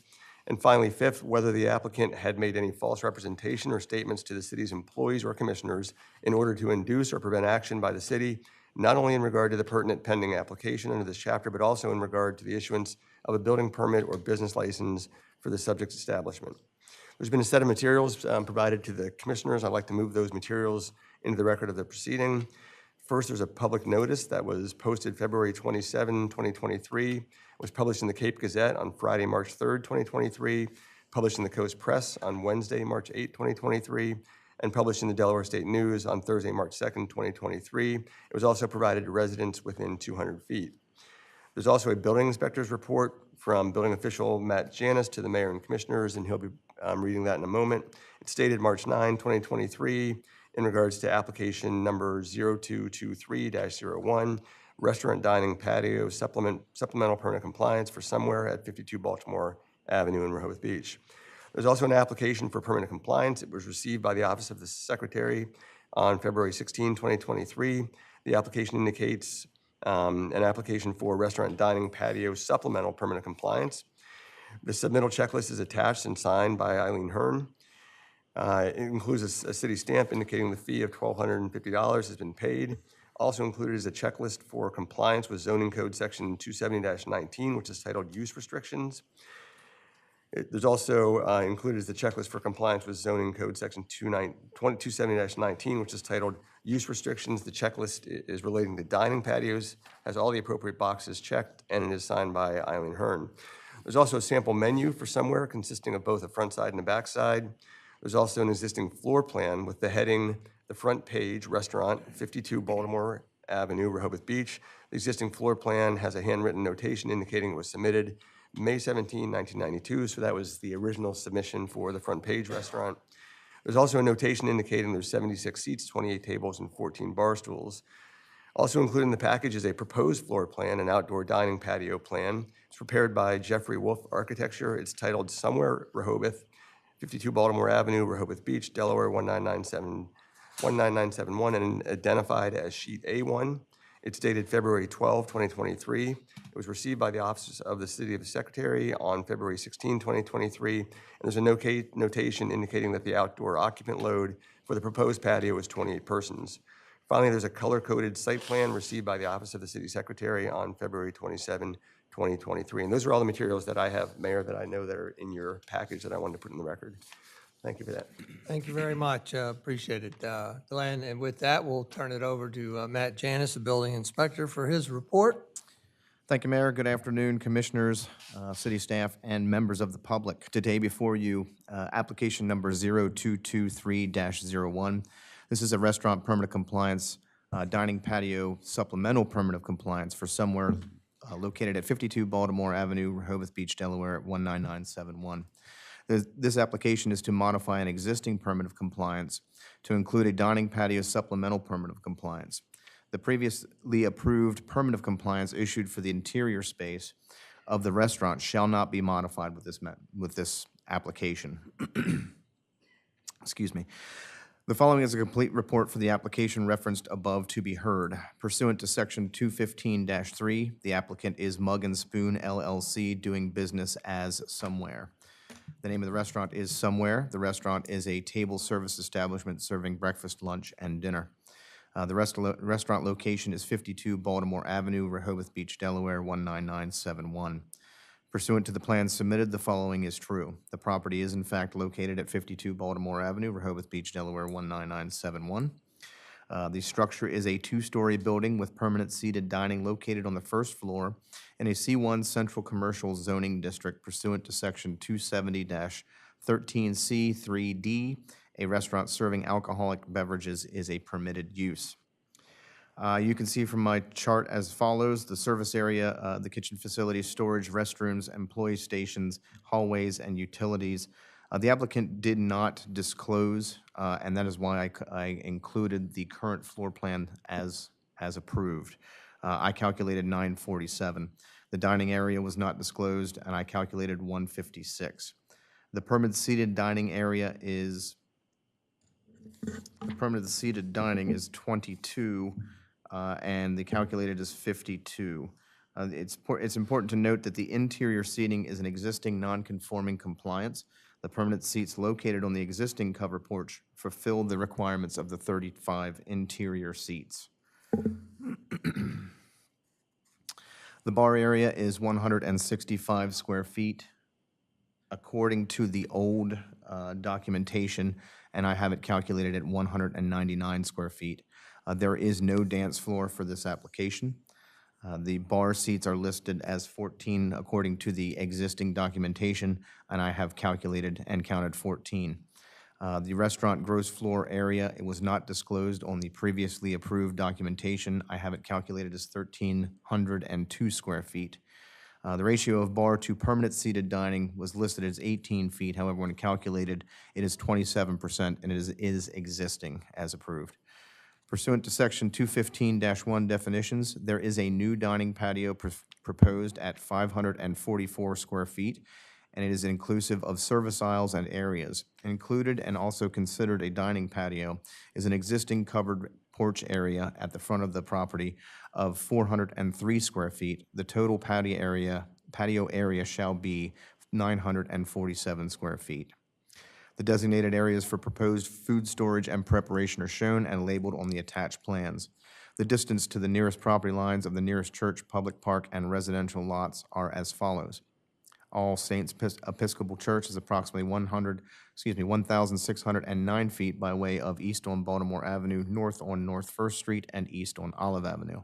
Cranberry Park is approximately 631 feet by way of west on Baltimore Avenue to north on 2nd Street. And the closest residential lot, which is zoned actually C1, is 62nd Street, approximately 91 feet west on 2nd Street. The applicant has stated the approximate percentage of revenue between the sale of alcohol and food is 35% alcohol and 75% food. Authorization for the city to investigate is attached. Written and dated declaration by the applicant is attached, and the fee of $1,000 has been paid. And I would just like to thank the applicant for working with us diligently. For what? For working with us diligently to get this completed. Very good. Thank you. And I'd like to thank you as well as the applicant for a very thorough application. And Patrick, I know we worked very hard on this application and getting it colorized and all the information there. I think it makes it very much more easy for us and the public to be able to understand what's being Thank you, Mayor. asked for. So we appreciate you doing that. I do want, before we get to the applicant, if you don't mind, I'd like to just orient ourselves up here. Somewhere, we keep saying somewhere, well, it is, there is a place, right? Yes. Somewhere, 52 Baltimore. It's, can we say the old Iguana Grill? Can we say that? So here's Baltimore Avenue here. The Arenas building is over here. And the bicycle shop is at Sea Green is on this other side here. So during COVID, they set up the outdoor dining patio. And if you recall, that ceased, those terminated at the last season. And since then, we expanded the allowance for maximum square footage of outdoor dining patios from 750 to 1,000 square feet, and they're taking advantage of that very well. I do want to thank you again, you, Matt, and you all for the application, and that recently we asked to be added and included on the drawings is location of your trash receptacles and to ensure that they're screened from view, for instance. And then I think that's primarily it. I do have a question for Matt, and if you can't answer it, then we'll go to the applicant. But you mentioned that it's a two-story building, and there is drawn in here stairs to go upstairs. Is the upstairs? How is the upstairs being used? To my knowledge, to my knowledge, the upstairs is not associated with the restaurant use. Of course, the applicants can speak to that. Okay, well, I'll do that. Is there any other questions of the building inspector by the commissioners? Go ahead, Commissioner Gossett. Yes, thank you. Again, for the plans, what have you. My curiosity here is on the outdoor patio, I show it says post and rope border along that outer, I guess it's the westernmost edge. And our code calls for a 42-inch high construction, wood, concrete, what have you, and that's based on ABC rulings. How is this work into that ABC ruling? So certainly the applicant will need to meet the requirements of the the Board of Alcohol and Liquor Control. And so we would work with the applicant to make sure that the barricade meets at least the minimum requirements that the Liquor Board would put forth to us.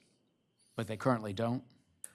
That rope barrier would probably not meet, but I would have to confirm with the Liquor Control Board.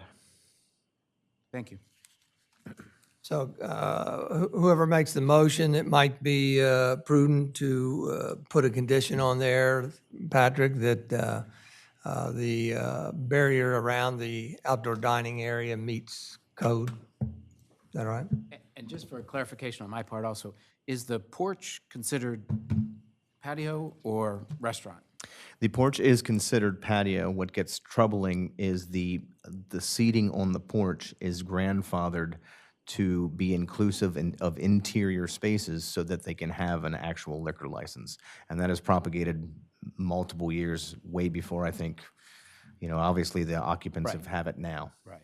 But that's somewhere in the city records that determination was made and approved by the commissioners? It is, yes. And actually, it's somewhat spoken to on this included existing floor plan, which basically is the limited information that we have throughout the multiple applications. Yeah, my only question on that is, and I'm sure you've done your homework, but our code reads that before June of 1991, everything was grandfathered in. The most recent, or the date I see on this is 1992. So again, if it's in the records, that's fine. I'm just want to make sure that there's no problems going down the road. Thank you.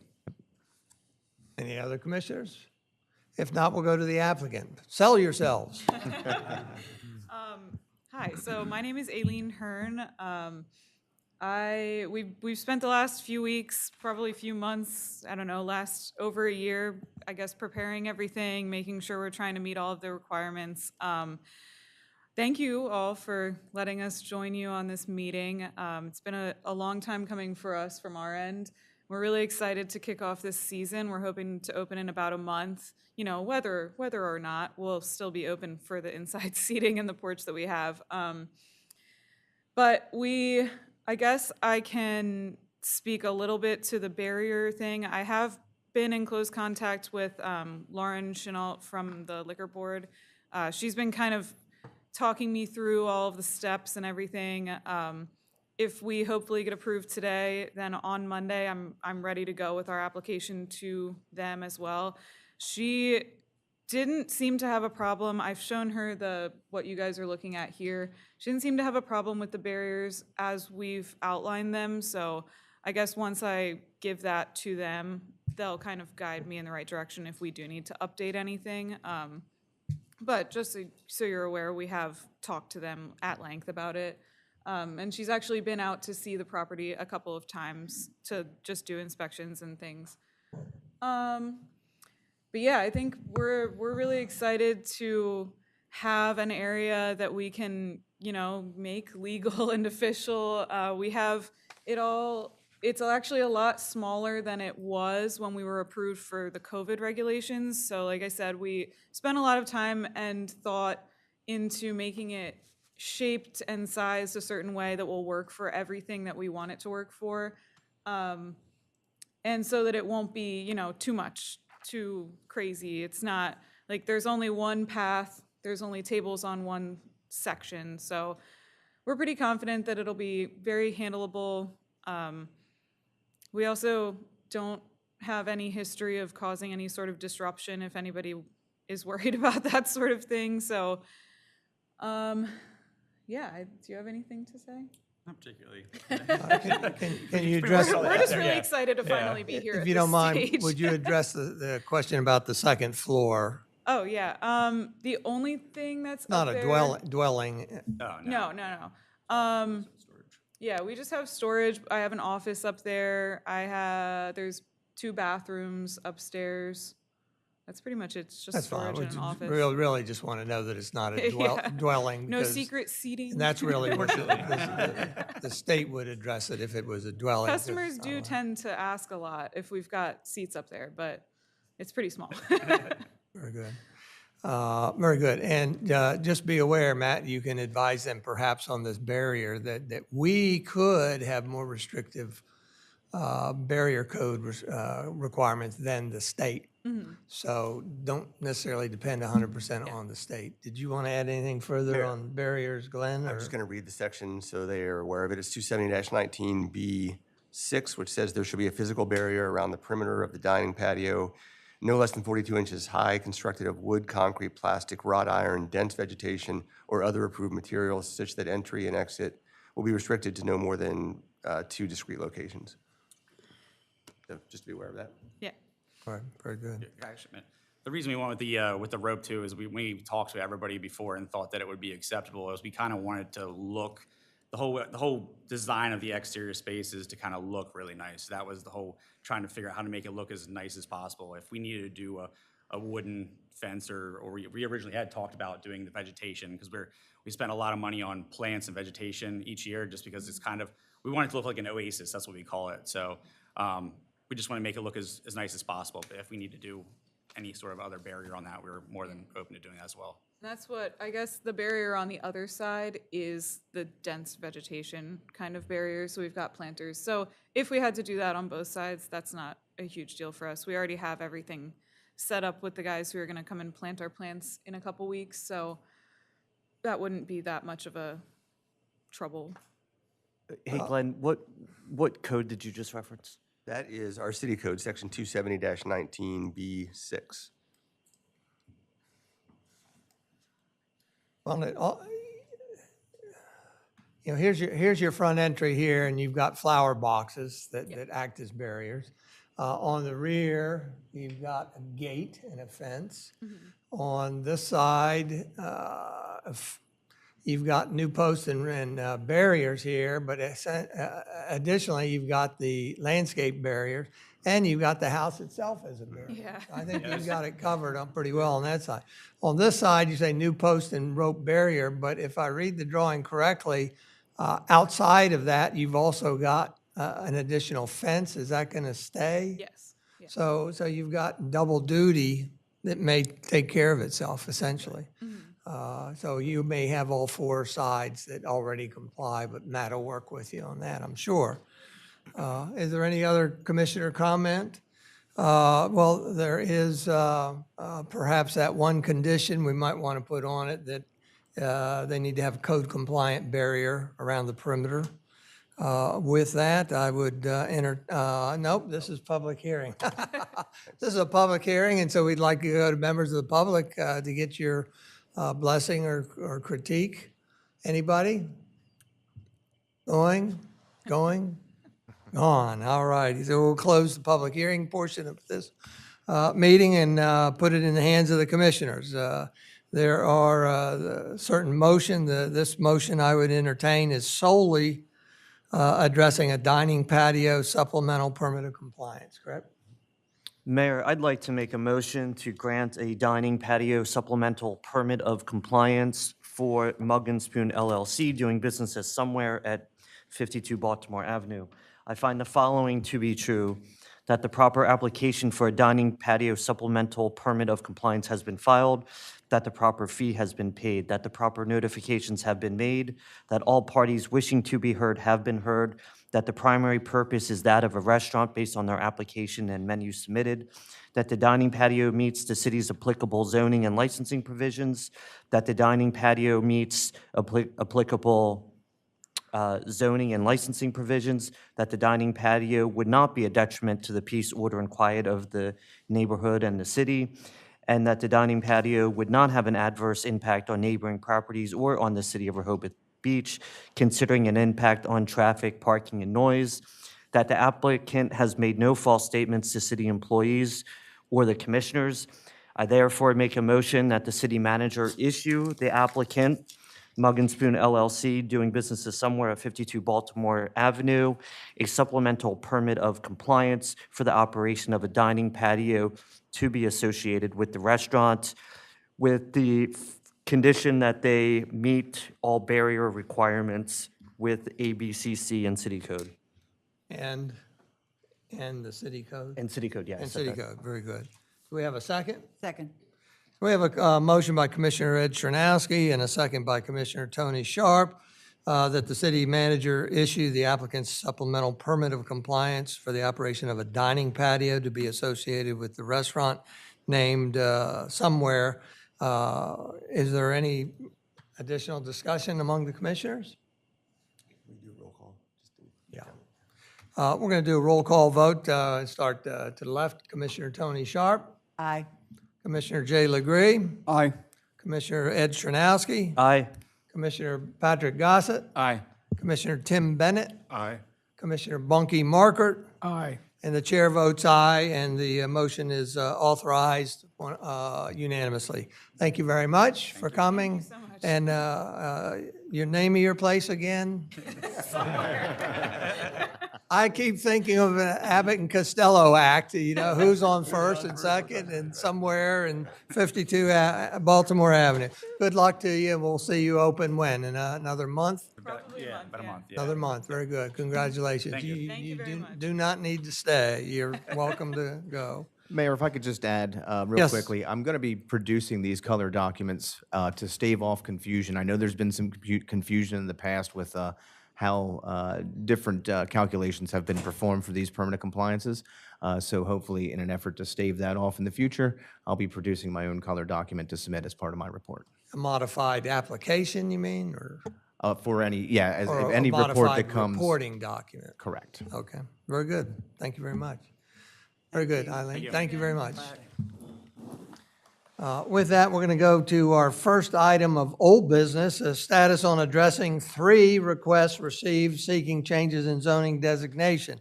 To be brief, if you recall, Rehoboth Auto Repair requested a change in zoning for their property abutting Coastal Highway from C3 to C1. They fit the future land use map, so we can go to public hearing at any time. They agreed to defer until after we had a disposition of 102.8A and 102.8B, Scarborough Avenue Extended. Those 2 requests from 102.8A, 102.8B are requesting a change in zoning designation from C3 to R1. If you recall, those zoning designations proposed do not mirror the future land use map in the recently certified CDP, and therefore they have to go in front of the PLUS. The PLUS group received an application. They'll be meeting with Wallace and Montgomery participating in mid-April or March, I think it's mid-March. I think it's this month. Let me, I'll find the date. Mid-March, next week. And then it takes, what, up to 3 or 4 weeks to get a written response? right. So at some point, we'll get a written response and then be able to go forward with our path. Most likely, if it receives a blessing from the PLUS group, then we would schedule a public hearing for all 3 of those properties at the same time. Any questions? No? Very good. Thank you very much. With that, we're going to move on to the next item of old business, which is consider adoption of the city budget for the fiscal year April 1, 2023 through March 31st, 24. 24.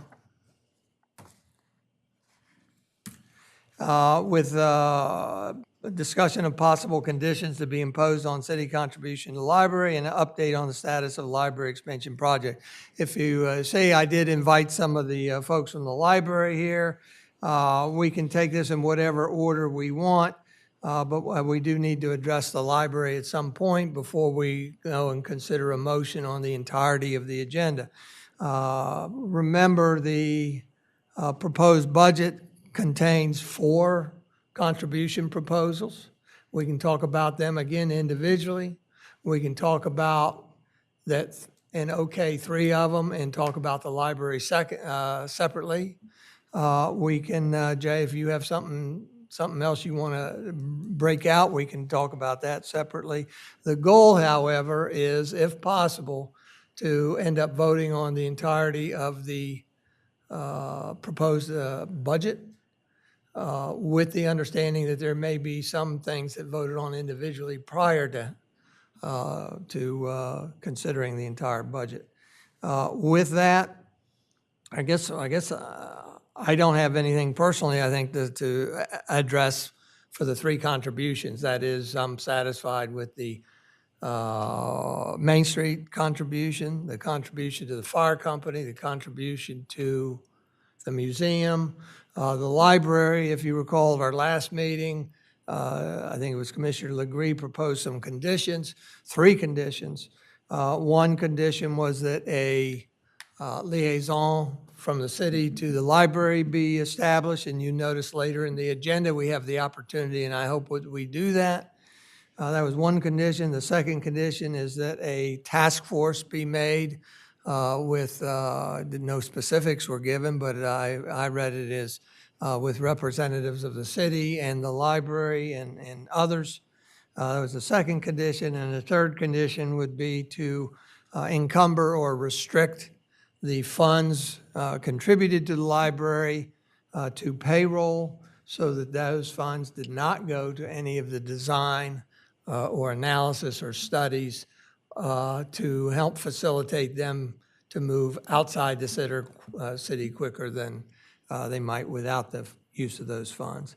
The library, in a letter that's embedded in the agenda dated March 8th, indicated the following.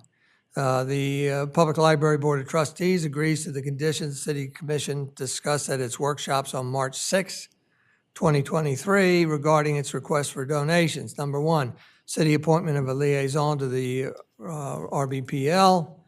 Number 2, formation of a city library task force. Number 3, use of the fiscal year 2024 city contribution will only be applied to payroll to ensure that city funds do not get applied to any activities to expand out-of-town facilities such as studies, design, engineering, etc.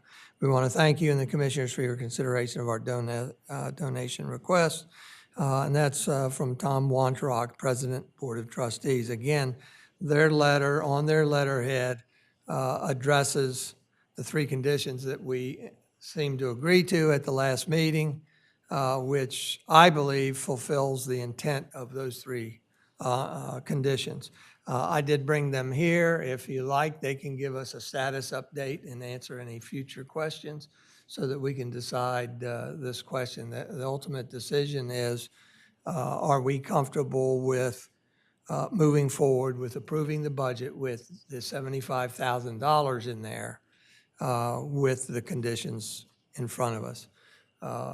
Shall I go to them? Mayor, I'm happy to approve the budget, including the amount for the public library. As I stated at the last meeting, although I'm disappointed and we'll have further questions, I'm satisfied with their verbal response and I'm satisfied with their written response since the last meeting. Thank you, Commissioner. I will mirror that. And Mayor, I would concur as well. All right, thank you. Since I'm the one, I'm sorry. Go ahead, Commissioner Legree. Since I'm the one who seems to be responsible for all of this, I'm happy to hear that they're progressing forward as we were hoping they would, and I'm happy to hear that we are progressing forward with a task force, which right now I'm sure they will find as we go along that it will be of incredible value to you as we go forward. But right now it's hard to see.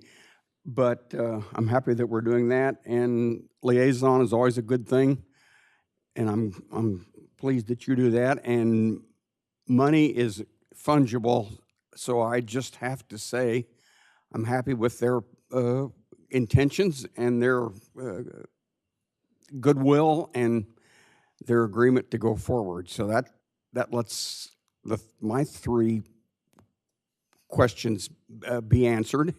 So as far as the library part of the budget goes, that's great. And as far as the contributions part of the budget goes, that's great too. All right, thank you, Commissioner. So before I get them up here, just to give us a status update anyhow, what I'm looking at is trying to gauge from the commissioners whether we need to conduct a separate vote on approval or not. So far, we've got a majority, so it doesn't seem like we need to. Is anybody on this side want to conduct a second vote, then let me know. Otherwise, my expectation is that there will be a single motion later, when appropriate, to approve the budget as presented. And there'll be discussion. Thank you. And what? And discussion later. Yeah, I'm and happy discussion, with plus remember, we have additional agenda topics on this also. Yes, I'm happy with the library, with the contributions part. So Tom, if you can give us maybe a brief summary of things without, just to give us a status update, if you would, I think. Sure.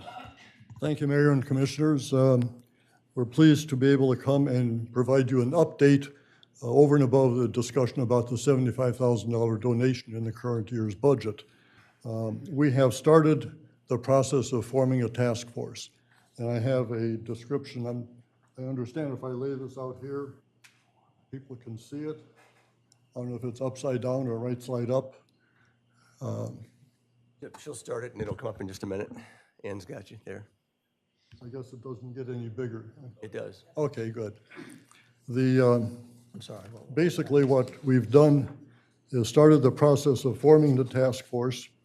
The idea of the task force is to develop program and service recommendations for both libraries and to invite members to actively participate in the task force in a non-judgmental manner so that people can interchange their ideas.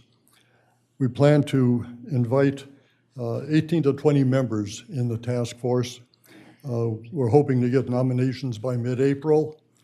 And organizations that we were including in the initial look are members from the city of Rehoboth, Dewey Beach, the library, Main Street VIA, various other ones listed in that category as participants in this task force process. In addition, we'd like to reach out to probably go to the homeowner representatives or homeowner organizations to include people from their areas. And we just listed Rehoboth City, Henlopen Acres, Dewey Beach, West Rehoboth, and then various other homeowners associations in the nearby area. And also probably have a press release to allow citizens to self-nominate themselves if they want to participate in the program. I realize if we're planning 18 to 20 people, and if we open it up to people self-nominating, we may have to take a second look at just how this can be organized and proceed. But the idea is to allow a wide sampling of people to offer their suggestions as far as the types of programs and services that they would like to see, both in the city library and the one on Warrington Avenue. And the process first is to try to get the participants organized as to the best time of day a week and time of day that they would like to meet. The plan is to maybe meet twice a month for maybe 90 minutes at a time so that they can participate and have an exchange and allow time for summaries of that minute to go out to all the participants so they can be brought up to date as to just what is the progress that they're making. And the meeting preparation, the conduct of the meetings will be organized by a task force coordinator, which will not be a library employee. It'll be an outside facilitator who will be able to organize the process of the presentation of the meetings. And what we're looking for is anticipating we could hold these meetings over a 6-month period so that if we can get started in April, we'd be looking to try to wrap it up by October, November timeframe, and then probably have a couple of public presentations through that process, and in the end have a final report, which will be recommendations that will come to the library board for its consideration in the plans as they get developed. So that's kind of what we've been doing in the last 2 to 3 weeks, and open it up to any questions you may have. I don't have any questions. Anybody? I appreciate it. I think you all very timely and quickly went back to the board and talked about all this, and I appreciate it. I understand this is a draft process. I think it's very good. It looks like it gives us the opportunity to have one or maybe two task force members if possible. So we look forward to later on in our agenda talking about and hopefully appointing a liaison from the city to the library. And then we'll additionally talk about who should serve one or two members on the task force. So we appreciate this. If you could leave that copy with the Ann Womack or leave it there when you leave so that we can distribute it to everybody, and we would appreciate that. Very good. Any questions from the library?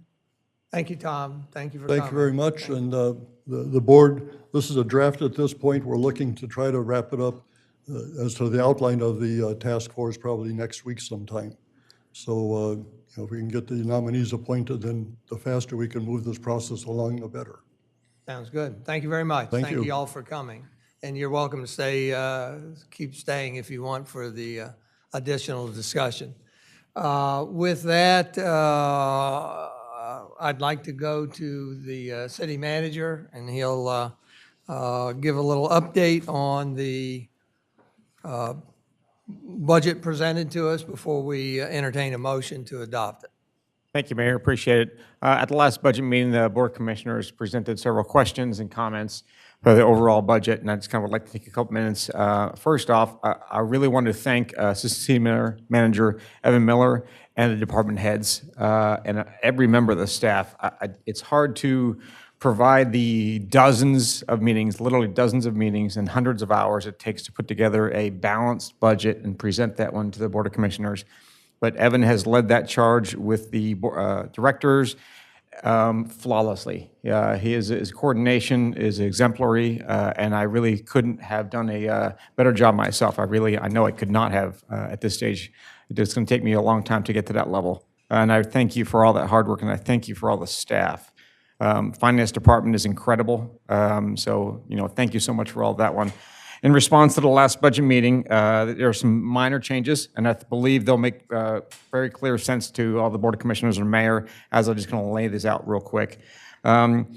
For the administrative department, the capital budget, we removed $80,000. Really, we transitioned $80,000, and that was for the Assistant City Manager's office, and we really transitioned that, incorporated it from the 2025 capital budget, and we pulled that forward for the third floor build-out. The Assistant City Manager will operate out of that small conference room, and we'll make that adjustment here in the next 30 to 45 days, so that will happen rather quickly. That will provide us the opportunity to have some additional workspace with offices and conference rooms on that third floor and provide the staff the ability to build out, but also project what we're going to look like in the footprint for personnel in the coming years. $144,000 was removed from the capital budget of the police department and transitioned over to the auto lease. We're already moving forward with a lease of 3 new police cars. We have several police cars that are very old and are in desperate need of transition. So that money has not been removed. It's been changed over to the lease line. We have increased the salary line of the building and licensing and administrative departments to account for 2 new hires, administrative assistants in both of those. We believe, based off of the current workload, that is a proper and just need. Building and licensing needs that one. And the other administration, I believe the Board of Commissioners have heard me say this several times, it's to assist City Clerk Ann Womack. I believe her workload and work pace is unsustainable at this stage, and that needs to be addressed rather quickly. We have increased other professional services line in administrative department to account for the following: $150,000 for the parking and traffic study to be commenced as soon as that process will commence as soon as the budget is passed. $150,000 for the continuation of the city's ADA transition plan. As you recall in the past, that aspect of it is in desperate need, and it is also incorporated in the DEL-DOT City of Rehoboth Beach, Rehoboth Avenue paving project. There will be numerous ADA parking spaces that will have to be incorporated, and this will go a long way to making sure that the entire city is compliant with that prior judgment and arbitration that went through several years ago. $50,000 for a classification and compensation study. I believe that is well and just at this stage in time. We need to look at the classification of all of our employees and really kind of do a peer analysis from other communities in and around and other coastal communities to help us really see ourselves.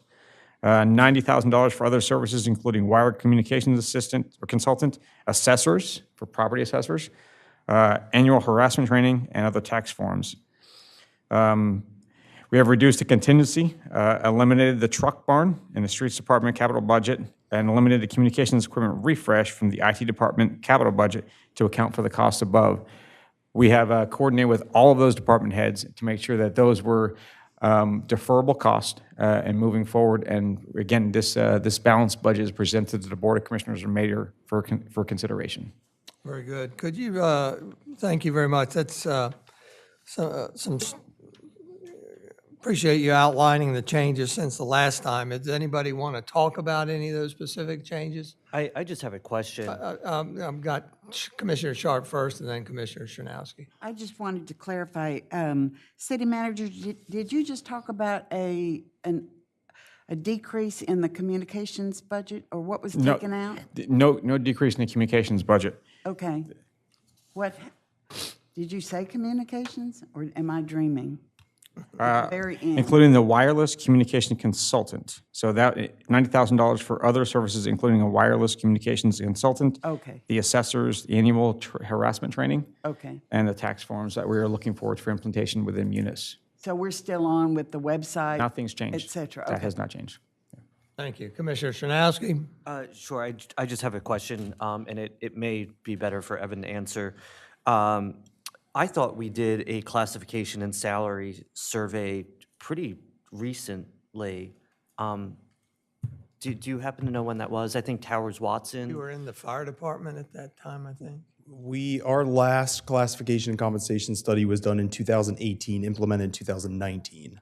It's recommended that that be done, or at least looked at, every 3 years. Okay. So we're a little bit behind. Just a question. For some reason, it seemed more fresher in my mind. Thank you for that I clarification. believe it also is part of the personnel, either personnel ordinance or in the charter, that it's required every 5 years. Yeah. Thank you.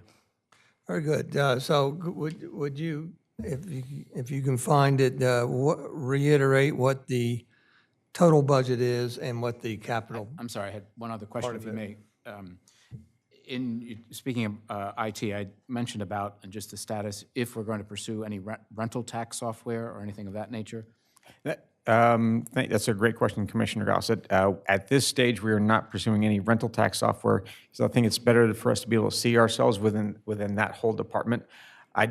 We don't have the clear visibility on business licenses and how those are applicable to regular income. Definitely something we are going to review, but I think it would be premature at this stage because we actually can't see where we should apply that software. Okay, thank you. Were all of those changes and recommendations that you were making, were those included in the And they are included. document that we just got? I don't have a color computer printer, so were those all of the yellow that was on that original? I believe that was included into the current update that we as a support document. And that was page 2? There was no specific document that provided out these changes. There was a conversation from the last one, but I just gave a quick summary as to what those half a dozen few changes were. I didn't go through the entire thing, so I did not want to put a full presentation together for just a half a dozen few changes. I hear you. We can do that one and send it out if that works for the commissioners. Yeah. I'm looking at the general fund revenues on page 1, and I see we're $1,065,000 down, and you must have taken that from water revenue. Am I on the wrong document? I asked the same question at the last. Are you on page 63 of 114? He's on page 1 of Or 60. otherwise known as page 1? Yes, 63 of 114, Okay. correct, on the agenda. So where are you at, Commissioner Legree? I'm on page 1. The last document that you sent, which was last night, or yesterday, I thought, has 111 pages. And I'm on page 60 to start with. Oh, Commissioner Sharp has a call right there. Okay. No, 3 of 114. It just depends if you opened up the budget as its own document or you've got the whole meeting package or not.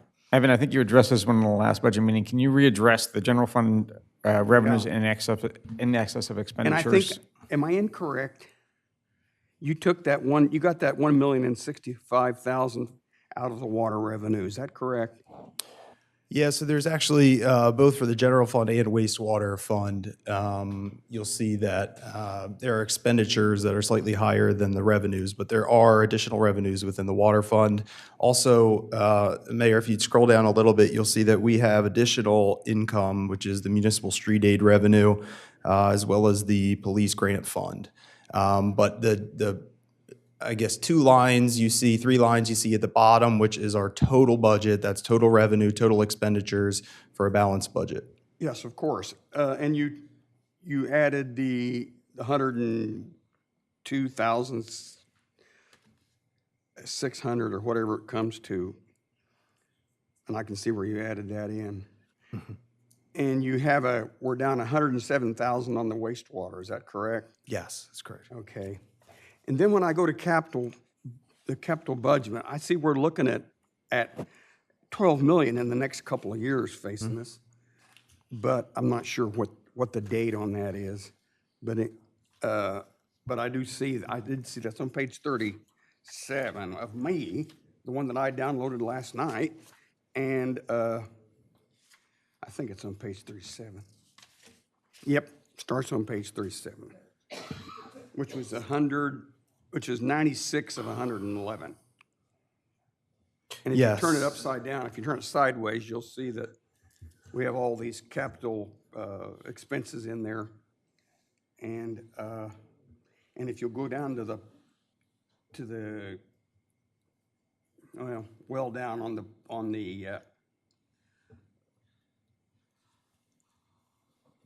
2025, 2026. 37 or 90.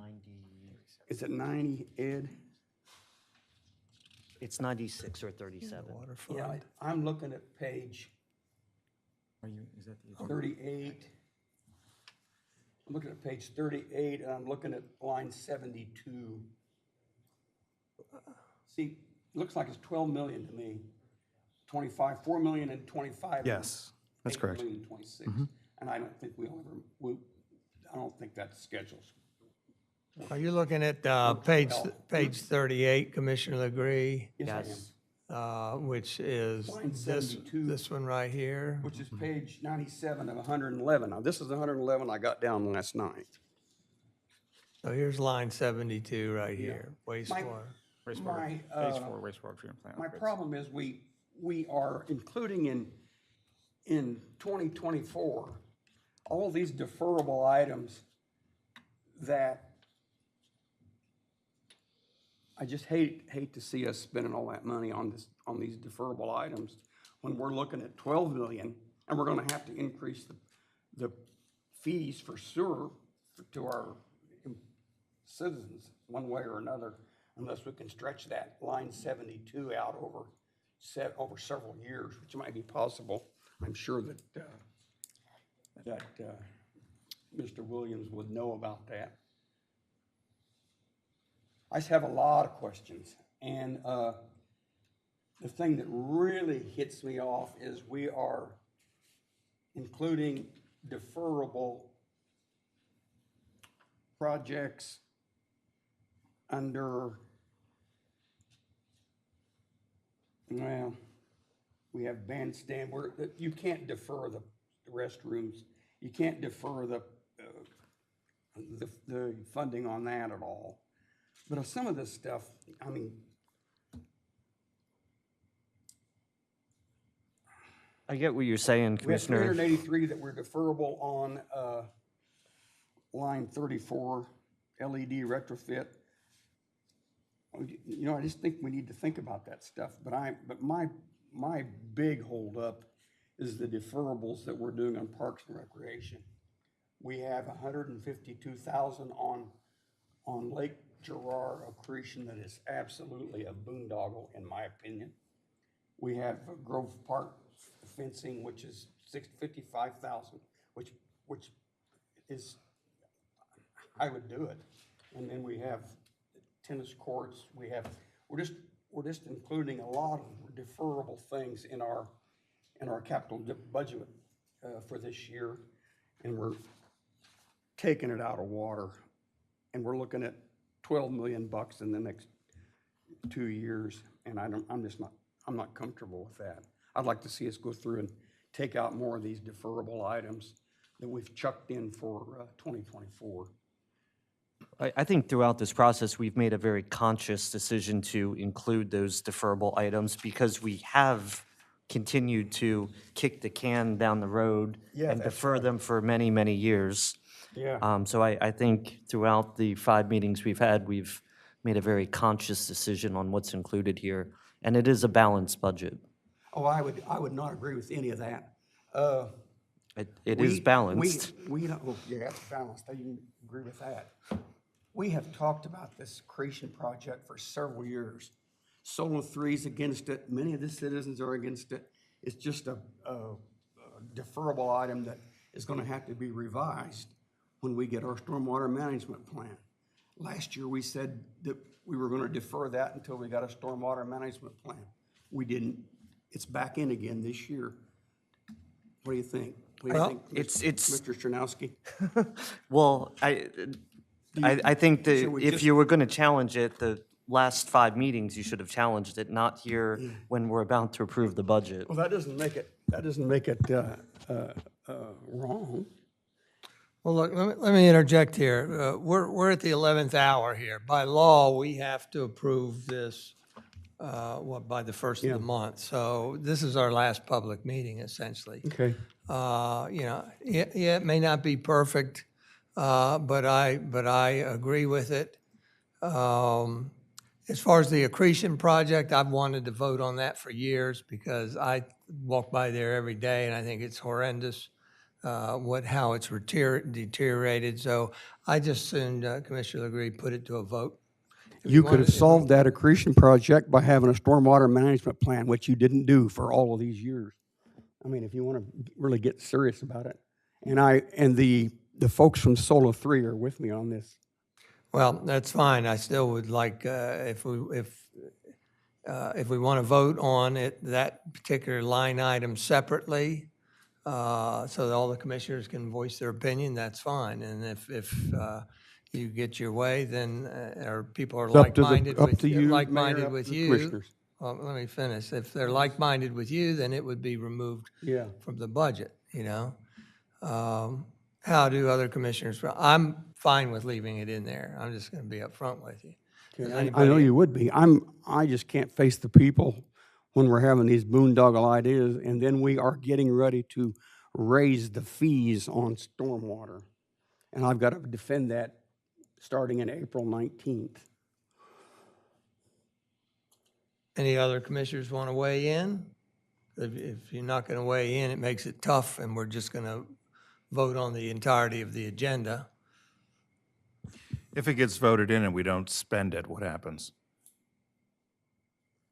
Just goes into our reserves. Well, then it's at least there for a placeholder. I mean, that. And could it be used for something else? If we brought it back to the table and voted on it, we can certainly modify the agenda or the budget, correct? Yes.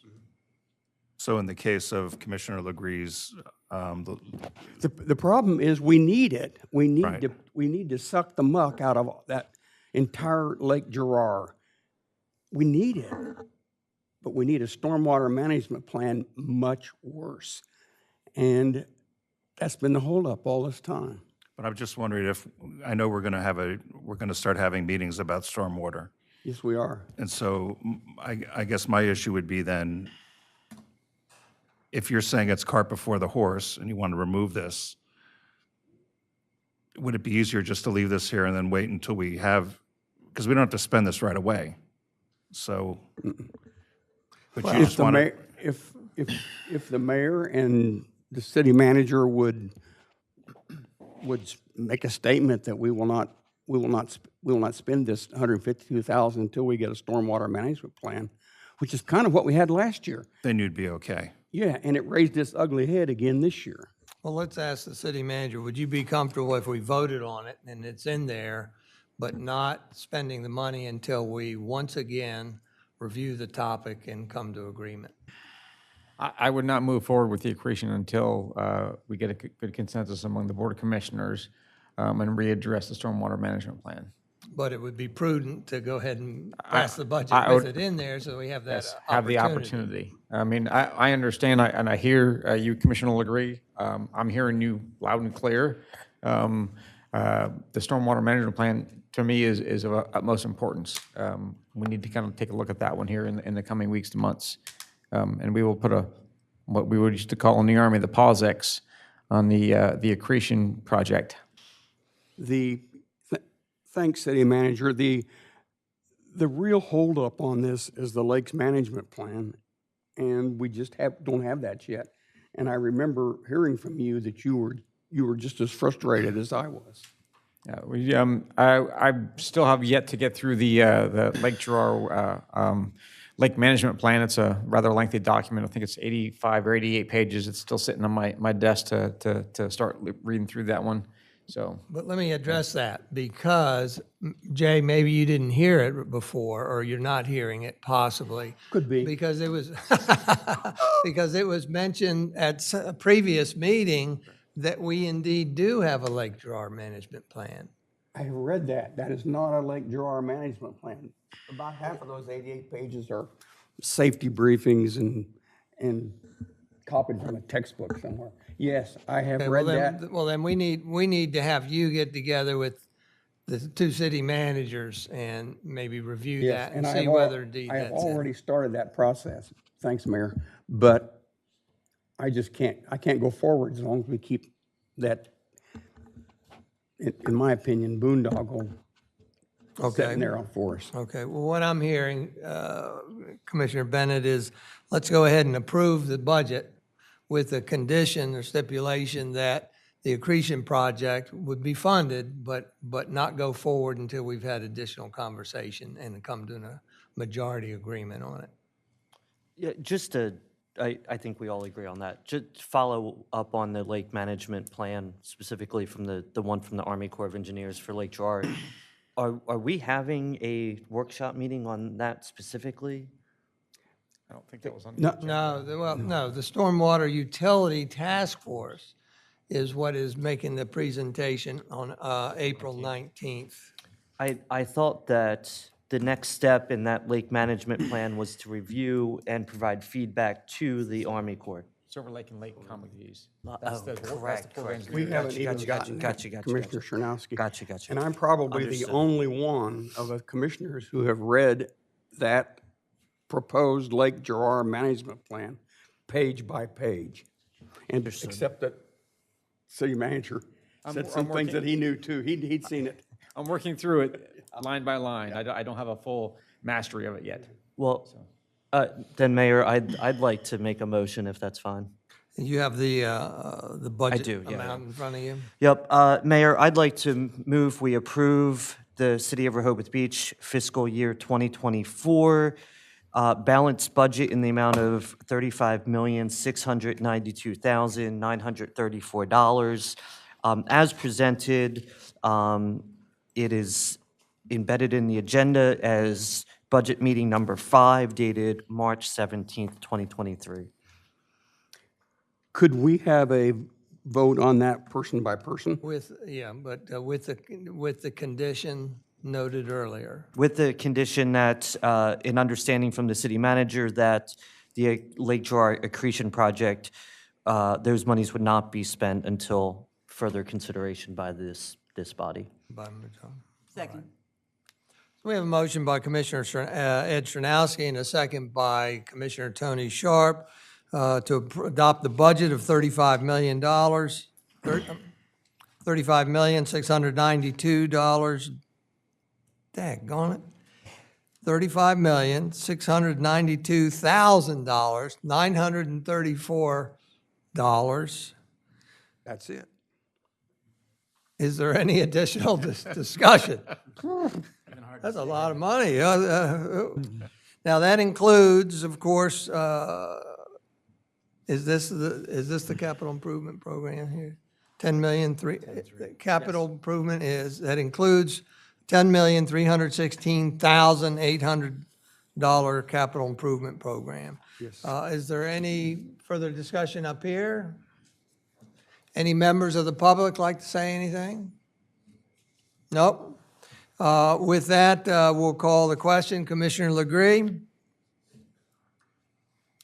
I vote yes, but I want to say I'm extremely discouraged that we're $1,065,164 down in the hole from the general fund.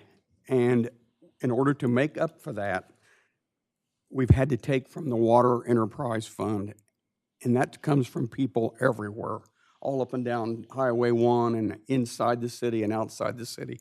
And I'm not comfortable with us doing that, nor are our auditors, now that we're brought this out into the open. And I'm also discouraged that we're $107,283 down on wastewater, but we have a tremendous wastewater projects coming down the road, so I understand all of that. With having said that, and I'm agreeing with the stipulations that Commissioner Shanowski has made. I vote yes. Thank you. Commissioner Shanowski? I vote aye, and just to clarify, that reference of a negative $1,065,164, I don't think it's correct that we're running in the red on the general fund as Bert described it in the last meeting when I asked the question. I don't think that's a fair statement. Commissioner Gossett? I vote aye on the budget. I do hope that we are able, under the new city manager's direction and the assistant city manager's direction, that any major budget changes are reviewed and voted on by the commission. And I believe that falls around 50,000 or above. That's of what standard ICMA protocol is. Thank you. Thank you. Commissioner Tim Bennett? I vote yes. Thank you for all your work on everyone who worked on this. Commissioner Bunkie Markert? I vote yes, and I just want to see this in the perspective of what we were tasked to do, which is to basically to exercise our fiduciary responsibility and to basically try to investigate the proposed budget in terms of it carrying out the things that I think we think are important and need to do. And I believe we've done that. And I in my experience of preparing budgets, which I have had, I would say, considerable experience, it's first and foremost a planning document. There's a lot of things in here, when you point out we're under in general funds, well, you don't know that yet. That's what's budgeted right now, but there's a lot of variables, a lot of things that are going to happen with regard to revenue sources and so forth. There may be incidents. I'm not suggesting another pandemic, but things certainly can change, and especially with regard to capital, is that those things may change with regard to timing, and that's going to move things, usually more into the future and so forth and so on. But anyway, I certainly agree with the conditions that have been asked, and I think we've I think we've fulfilled our responsibilities here, and I'm willing to approve it. Thank you. And the chair votes aye also, as our needs. This is a big budget this year, obviously. Forgot one. I vote. Let's go to you. Not be I'll skipping take me. back what I said. That's Go not ahead. a good look when you skip. Never mind. I'll vote aye. Thank you. Is that it? You voted. That's it. You voted That's yes. Okay. National Women's Month, no Okay. doubt. Yeah, National Women's Month, and he Okay. skips me. Okay. See? Darn it! Who was That's assigned? down. You're quiet today. Who was That's why assigned you're to quiet. keep an eye on me this time? Thank you, Tim. Touchdown, Mayor. And I vote aye for the reasons everybody stated. Our budget's getting bigger, but I think our needs are growing bigger. I don't think there's a lot of frivolity in here. The capital improvement programs over $10 million, I think, is appropriate. And I also am very pleased that where we've come with the capital improvement program. You know, it wasn't so many years ago, when we were in the subterranean commissioner's room, that there was no such thing as a capital improvement program. So I think it helps justify where we're going today and where we're going into the future. So therefore, the motion is adopted unanimously with the conditions noted in there. I want to thank you all very much. And we'll go to the next item of business, which is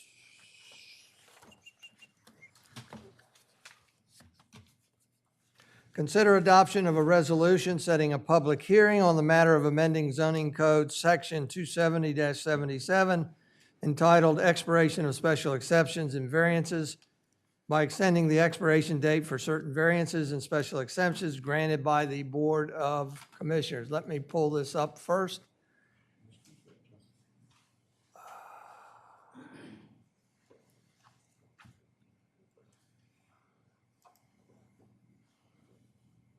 So we have a resolution, and then we have the ordinance there. Glenn, would you mind reading the ordinance itself? And then I don't know that we need to read the resolution, but you should have Exhibit A there in front of you to. Yep. Thank you, Mayor. So this is an ordinance to amend Chapter 270 of the Municipal Code of the City of Rehoboth Beach by amending Section 270-77 relating to the expiration of special exceptions and variances granted by the Board of Adjustment. Whereas the Mayor and Commissioners of the City of Rehoboth Beach desire to ensure that applicants before the City of Rehoboth Beach Board of Adjustment are afforded ample time to fulfill certain conditions mandated by the Municipal Code of the City of Rehoboth Beach, Delaware 2001 as amended, be it ordained by the Commissioners of the City of Rehoboth Beach in session met in the manner following to wit. Section 1. Chapter 270, Section 270-77 of the Municipal Code of the City of Rehoboth Beach, Delaware 2001 as amended. B, and the same is hereby further amended by deleting Section 270-77 in its entirety and inserting in lieu thereof a new Section 270-77 as follows. So the new Section 270-77 would read, titled Expiration of Special Exceptions and Variances, subsection A. If a proposed use or development requires site plan approval, unless otherwise specified by the Board of Adjustment, a special exception or variance shall expire if the applicant fails to, subsection 1, apply for site plan review within 45 days of the authorization of the special exception or variance, or 2, obtain a demolition permit or building permit, or fails to change the use, as the case may be, within 6 months from the date of final site plan approval. Subsection B, if a proposed use or development does not require site plan approval, unless otherwise specified by the Board of Adjustment, a special exception or variance shall expire if the applicant fails to obtain a demolition permit or building permit, or fails to change the use, as the case may be, within 6 months from the date of authorization thereof. And subsection C, the Board of Adjustment may grant one extension of the time period referenced in this section for up to 3 months based upon good cause. Section 2, if any provision of this ordinance shall be deemed or held to be invalid or unenforceable for any reason whatsoever, then such invalidity or unenforceability shall not affect any other provision of this ordinance, which may be given effect without such an invalid or unenforceable provision. And to this end, the provisions of this ordinance are hereby declared to be severable. Section 3, this ordinance shall control the expiration of special exceptions and variances granted by the Board of Adjustment prior to the date of adoption of this ordinance. In Section 4, this ordinance shall become effective immediately upon its adoption by the Commissioners of the City of Rehoboth Beach. So that's the ordinance, Mayor. Thank you. Let me, here's the red line version. This is articulating the differences between this meeting and our last meeting. Correct. And I just wanted to cover this one for Commissioner Gossett, where it says shall and may right here, line 54. If you recall, we took that out. That was a recommendation by Commissioner Gossett. And I have passed that on to the Planning Commission to evaluate. I imagine they would probably do that at the April Planning Commission meeting and report to us afterwards at some point. So because this,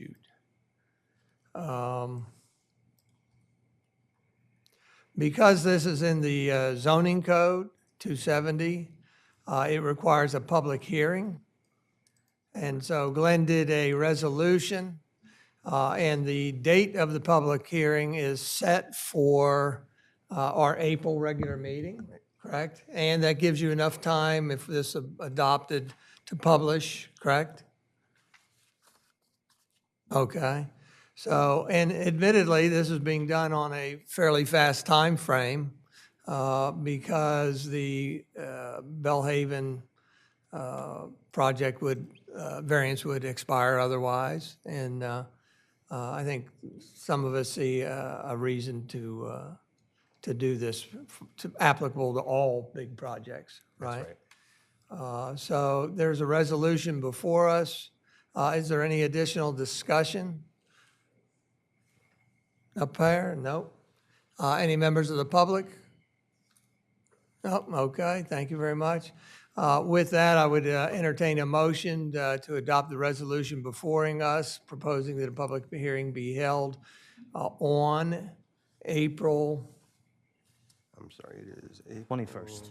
21 at 2 o'clock p.m., right? Yes. Okay. Anybody? So move. Second. So we have a motion by Commissioner Jay LeGreen, a second by Commissioner Ed Stronowski to adopt the resolution before us, proposing that a public hearing be held on the subject of amending the municipal code of the City of Rehoboth Beach, Section 270-77, relating to the expiration of special exceptions and variances granted by the Board of Adjustment. Such public hearing scheduled for the 21st day of April, 2023 at 2 o'clock p.m. Is there any further discussion up here? If not, all those in favor signify by saying aye. Aye. Opposed? Nay.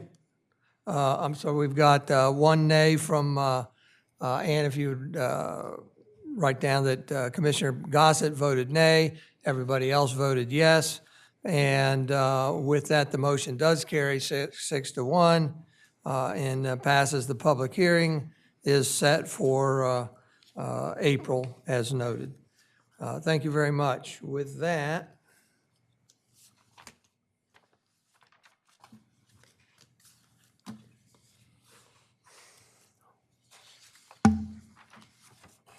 our next item of business is old business D. Consider adoption of a resolution authorizing the sitting building and licensing department to continue permitting the construction of basements at a height of 6 feet 6 inches until the mayor and city commissioners determine a solution that will ensure consistency throughout the municipal code as amended in relation to requisite basement heights.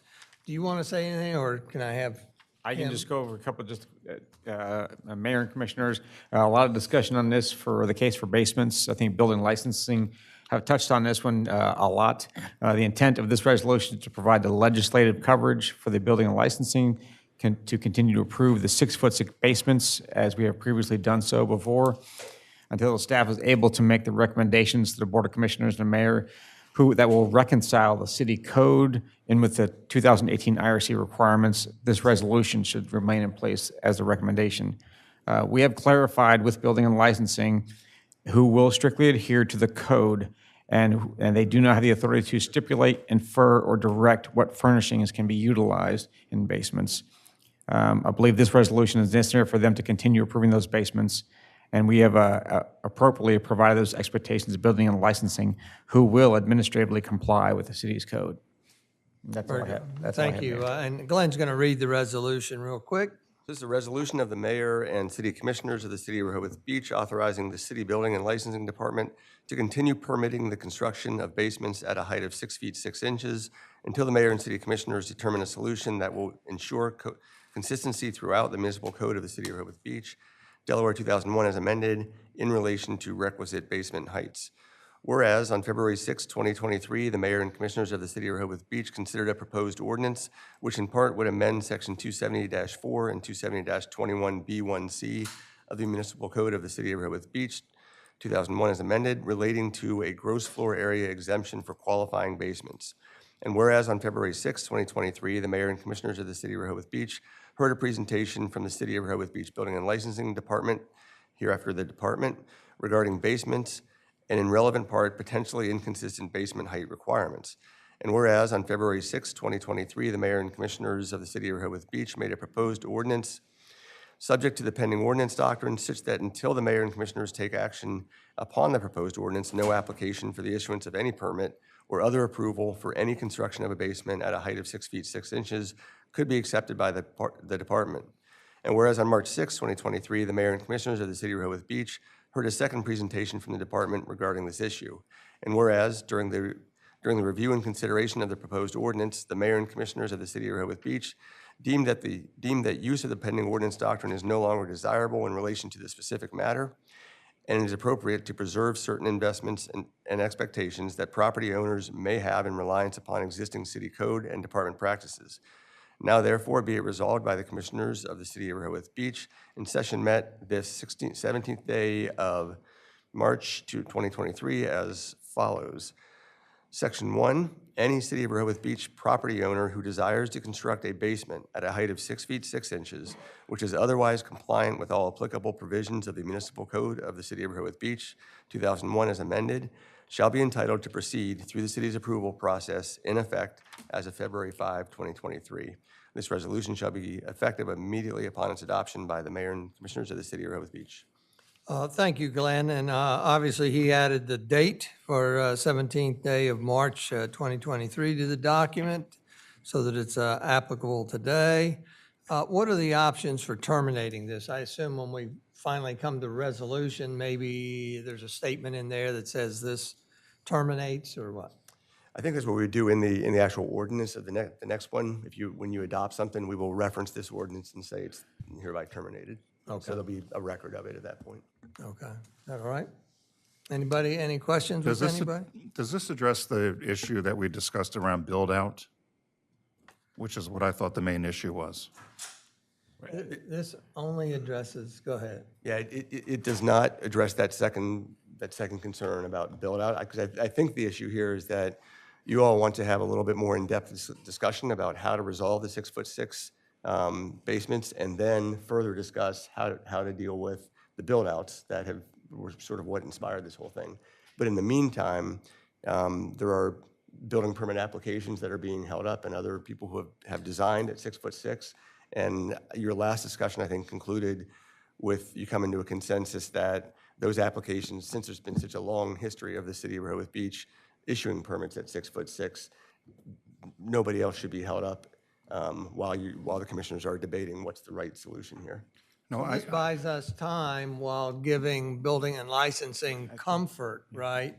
And I think my comments earlier, the city code does not prescribe or it does not take out and prescribe what build-out drywall things can be done in a 6 foot 6 basement. We can't put restrictions on that build-out of a 6 foot 6 basement because our code does not stipulate that. So the people that were already in progress, as we discussed in the last meeting, that wanted to maybe drywall in a laundry room, even though it's not livable, but for sound or something, that's going to be allowed now again? Strict adherence to the city code, no inference, no interpretation. That's what the city code says. We will allow that to continue. So I want a verbal answer to his question. I think the answer was yes. That's correct, Mayor. You nodded your head, but I want a that's verbal correct. on the tape. Okay. So those issues that we had discussed before with those residents that said that they were building and they weren't able to put a drywall or finish the 6 foot 6 basement will now be able to do that. Yes. Right. Finishes that are not specifically prohibited under code will be permitted. Are authorized. Yes. I want to ask this same question a different way, if you can indulge me for just a minute. So what I'm trying to tease out is that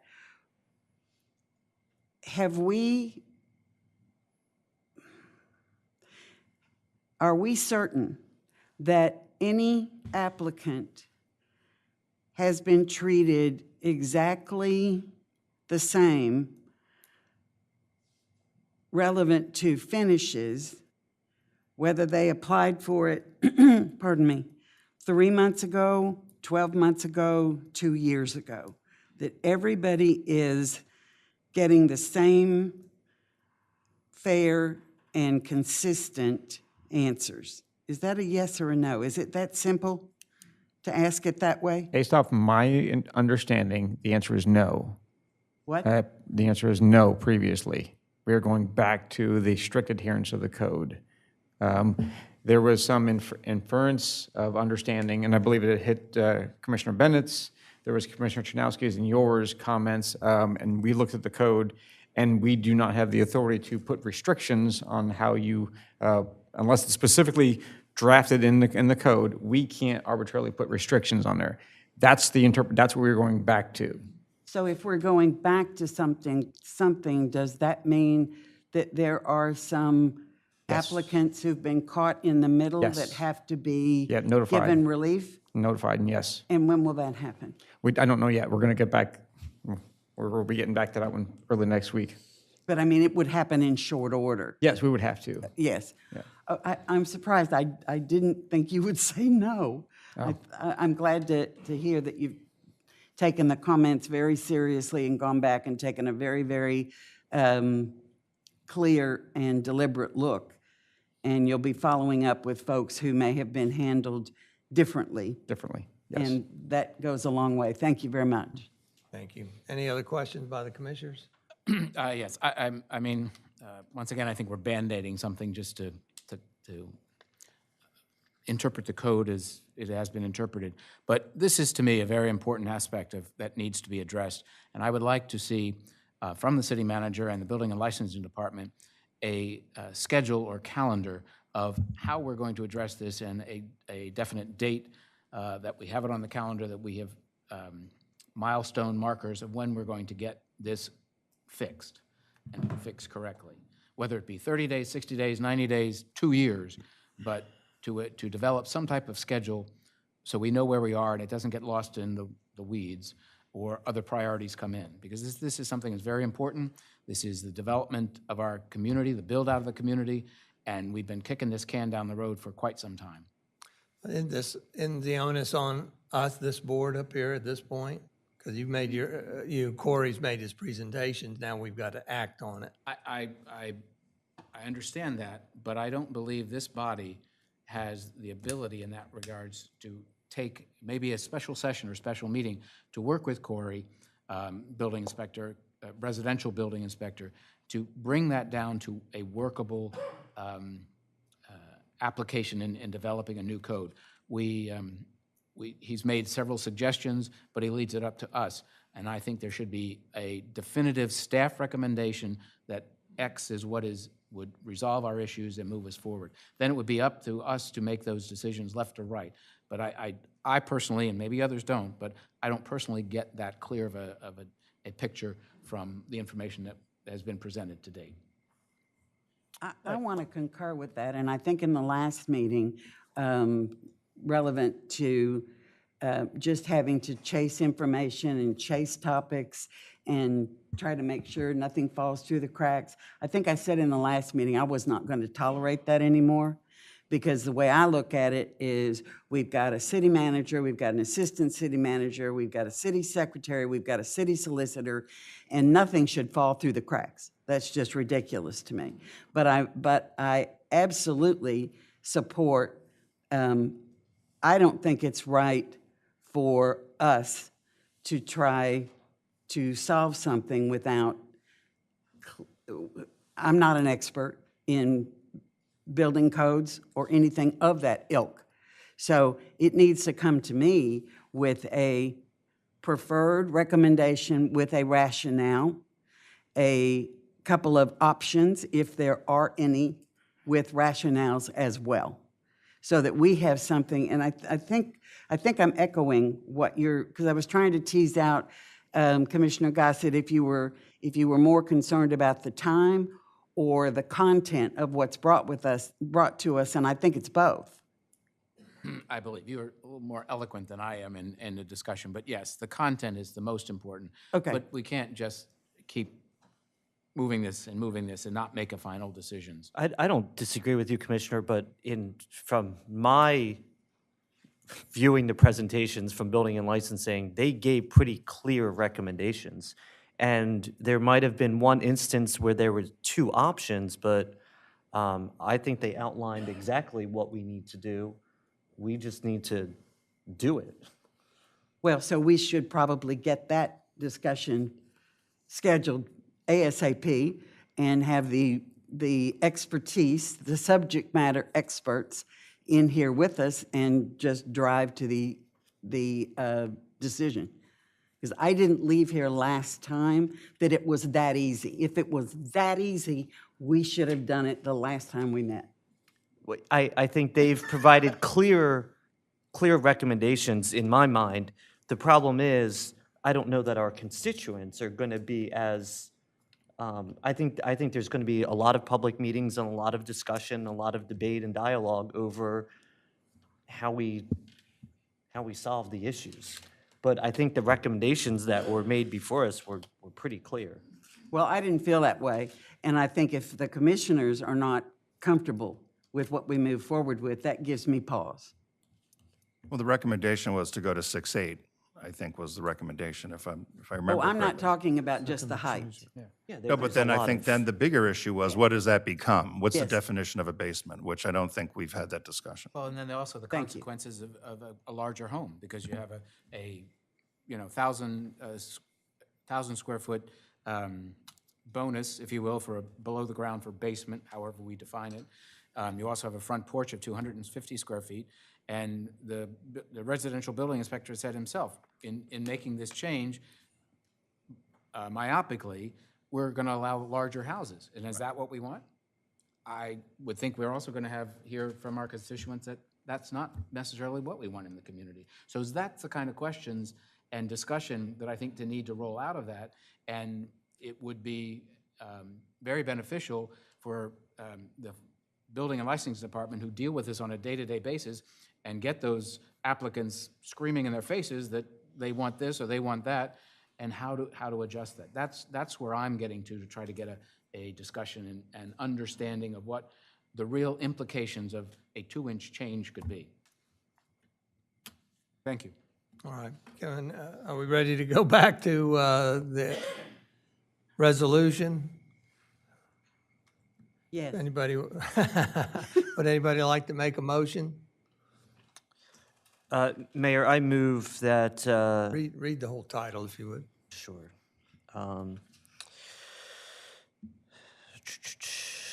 That the mayor and commissioners of the city of Rehoboth Beach authorize the Building and Licensing Department to continue permitting the construction of basements at a height of 6 feet 6 inches until such time the mayor and commissioners determine a solution that will ensure consistency throughout the municipal code of the city of Rehoboth Beach, Delaware, 2001, as amended in relation to the requisite basement heights.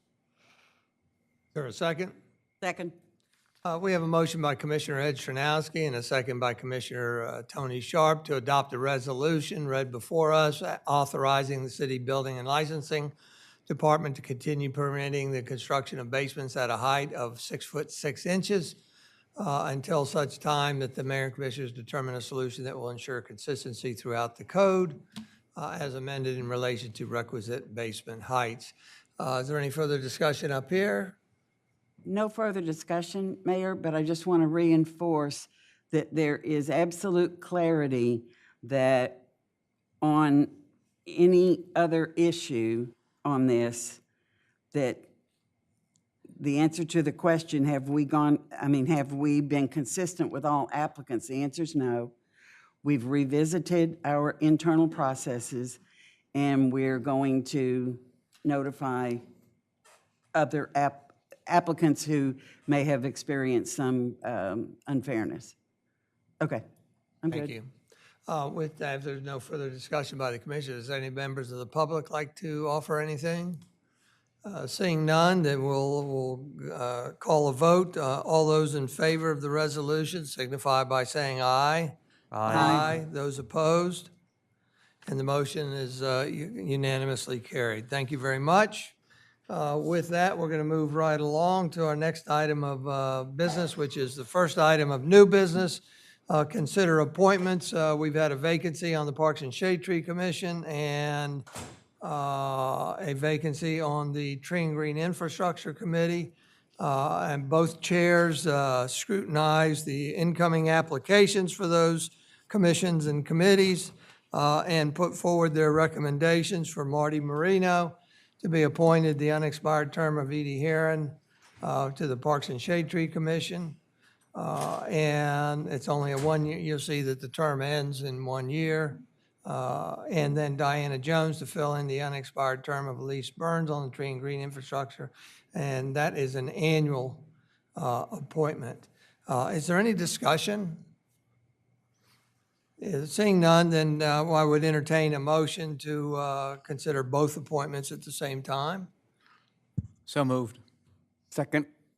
We've got a motion by Commissioner Patrick Gossett and a second by Commissioner Jay Legree to appoint Marty Marino to fill the unexpired term of Edie Heron to Parks and Shade Tree Commission, and to appoint Diana Jones to fill the unexpired term of Elise Burns on the Tree and Green Infrastructure Committee. Is there any further discussion? Members of the public? No. All those in favor signify by saying aye. Aye. Those opposed? No. And the appointments are made unanimously. Thank you for that. They'll be excited to get to work and join their commissions and committees. With that, address Rehoboth Beach Public Library issues. Consider establishment of a commission liaison position. If you recall, we already have liaison positions for Main Street, for the museum, for Chamber of Commerce, Senior Center. and the senior center. They testing my memory here. You know, we don't have anything written down with regard to the liaisons and what they do. So I just wrote a few notes in my mind. What the liaison is, a liaison between the agency and the city. In this case, we're talking about a representative for the city being a liaison to the library. So liaison between the agency and the city. The preference is for that agency representative to provide updates to agency activities at Board of Commissioner regular meetings. And when they cannot come in their absence, the liaison would provide that report, or even additional reports throughout the season. Again, I don't see it as the liaison as a substitute for that agency. That's how it happens to happen for some of ours, but the preference is always for the agency rep to show up if and whenever possible. So with that, I would like to have somebody make a motion, if we're ready, to appoint somebody. Patrick Gossett, Commissioner Gossett's the only one that has replied to me directly that he would like to be considered for appointment as a liaison to that. Is there anybody that would like to further discuss and/or make a motion?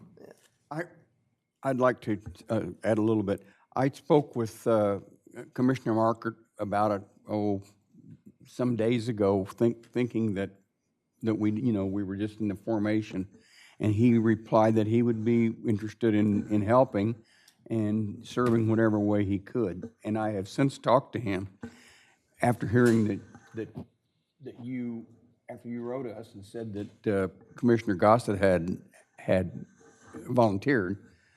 I asked Commissioner Markert if that would cause him any problems or anything, and he's very supportive, and he'd like to help wherever he can. So I need to get that out on the table. All right. Well, here we've got two parts to our agenda. Consider establishment of the liaison position. That's just establishing the position. Mm-hmm. And then the next item is consider appointment as the liaison, and also consider any appointments to the task force member for the library task force. And when we start talking about that, I'm going to suggest, and I think you have already, that the liaison and the task force chairman be the same person.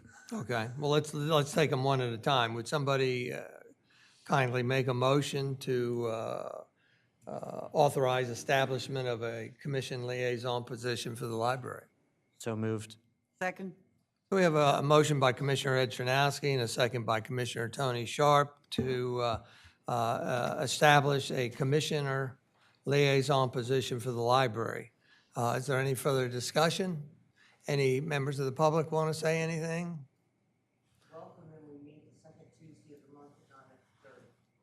Thank you, Kay. If there's no further discussion, we'll just take a group vote. All those in favor of establishing the commissioner liaison position with the library signify by saying aye. Aye. Those opposed? And the motion's carried unanimously. So the second part of our process here is to consider appointments. Again, Commissioner Patrick Gossett was the first and the only one that has replied to me with interest in serving as the liaison to the library. And possibly Bunky as a second option, so it's Commissioner's preference.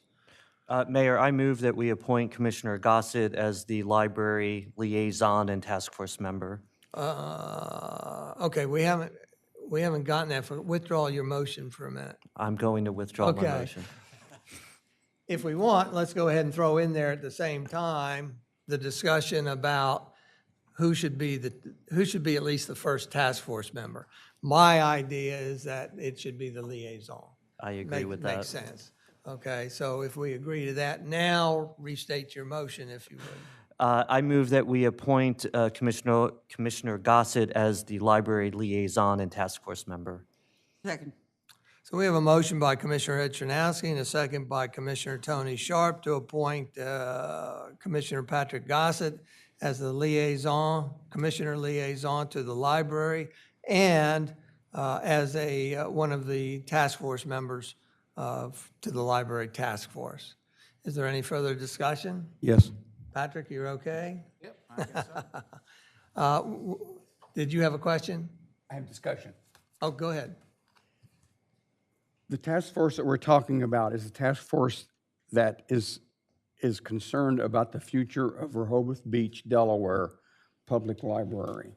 And I want this task force to work closely with the task force or with whoever of the trustees. And because of contractual reasons, we are closely associated with the future of the property that the library now sits on. And this task force is, in my opinion, projected to work on the Rehoboth Beach Library, the future of the Rehoboth Beach Library. I just want to put that into the discussion. Well, I think this needs clarifying. When I am talking about the library task force, I am referring to the proposal by the library that they gave us today, and that is that they are creating the task force. They are managing it. They will give notice, and if they have to take minutes or whatever, that they do all that. They establish, and they've already given us that one program of who they want to populate that task force. What I'm hearing from you might be something different. Indeed it is. And what I'm hearing from you is that the city should be creating the task force. That's correct. And managing the task force, in which case I would personally object to that, because what that does, first of all, I don't think that's the business we should be in, telling the library what they need to do. I think it's absolutely appropriate as part of the library task force with other members. But also there's an obligation that if we do go that direction, then we need to comply with freedom of information. Sure do. We need to notice the meetings and conduct meetings and take minutes. And I personally am not buying into that. So maybe we need a discussion up here and resolve that among the commissioners first. We need to be concerned with the future of the Rehoboth Beach Library. The task force that is being of 18 to, I can't remember how many people, is concerned with the future of the Sussex County Central Northern Area Library that's going to be constructed out on Highway. I don't see near that on at Warrington all. Road. I don't see that absolutely at all. I did not see anything in their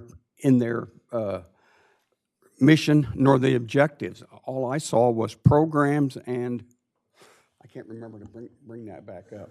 But I'm concerned about the people of Rehoboth Beach, and I think the trustees are going to be up to their waist in alligators when they start building a 14,000 square feet structure on 5 acres of land out there on Warrington Road. They're going to have all kinds of decisions to make. And as good as and it's going to be a 2-year project, they're going to be behind the clock to get the thing done by the end of 2026. They're going to have lots of problems that don't pertain to the Rehoboth Beach Public Library, which is what I'm concerned with. Would you think it prudent, since we got the library representatives here, to bring them up and would you mind, pick one of you? And I think what would be helpful if you're following this conversation is, what is the intent of the task force? Is it, and again, I'm just reacting to Commissioner Legree, is it to focus on the expansion out of town? Is the library task force intended to focus on how to retain part of the library facility in town? If you could give us maybe a little explanation there, that would be helpful, okay? Yeah, and this probably sounds like a political dodge, but the intention is to do both things. We have every intention of remaining downtown at our current location, downsized on Lot A or whatever the lot number was, 72 or 4, something like that. We have every intention of doing that. The task force would start convening, I think we said mid-April. And one of the first things we would do would be to review the material from the surveys we have already done, and then to lay out a plan for how to reach further out into the public to find out what the public wants in library services, and then to move forward with plans for downtown and plans for Warrington Road location. We aren't sure yet, but we see there being one main task force with like 2 subcommittees. And one is dealing just with downtown, and one is dealing with the Warrington Road Library. And then once in a while, they'll come back together, share the reports, and then make a final, or not a final report, make a report and share it with you, share it with whoever, the public, the paper, whoever, and kind of go from there. We're still trying to put it together. Right now, we're just trying to find out who wants to be on it. And we want to make sure that it includes representatives of the town, Main Street, VIA, the hospital, the school, citizens in downtown Rehoboth, citizens out of downtown Rehoboth, but within the library district, and I'm sure I'm forgetting somebody else. But culminating with a group of about 18 to 20 people.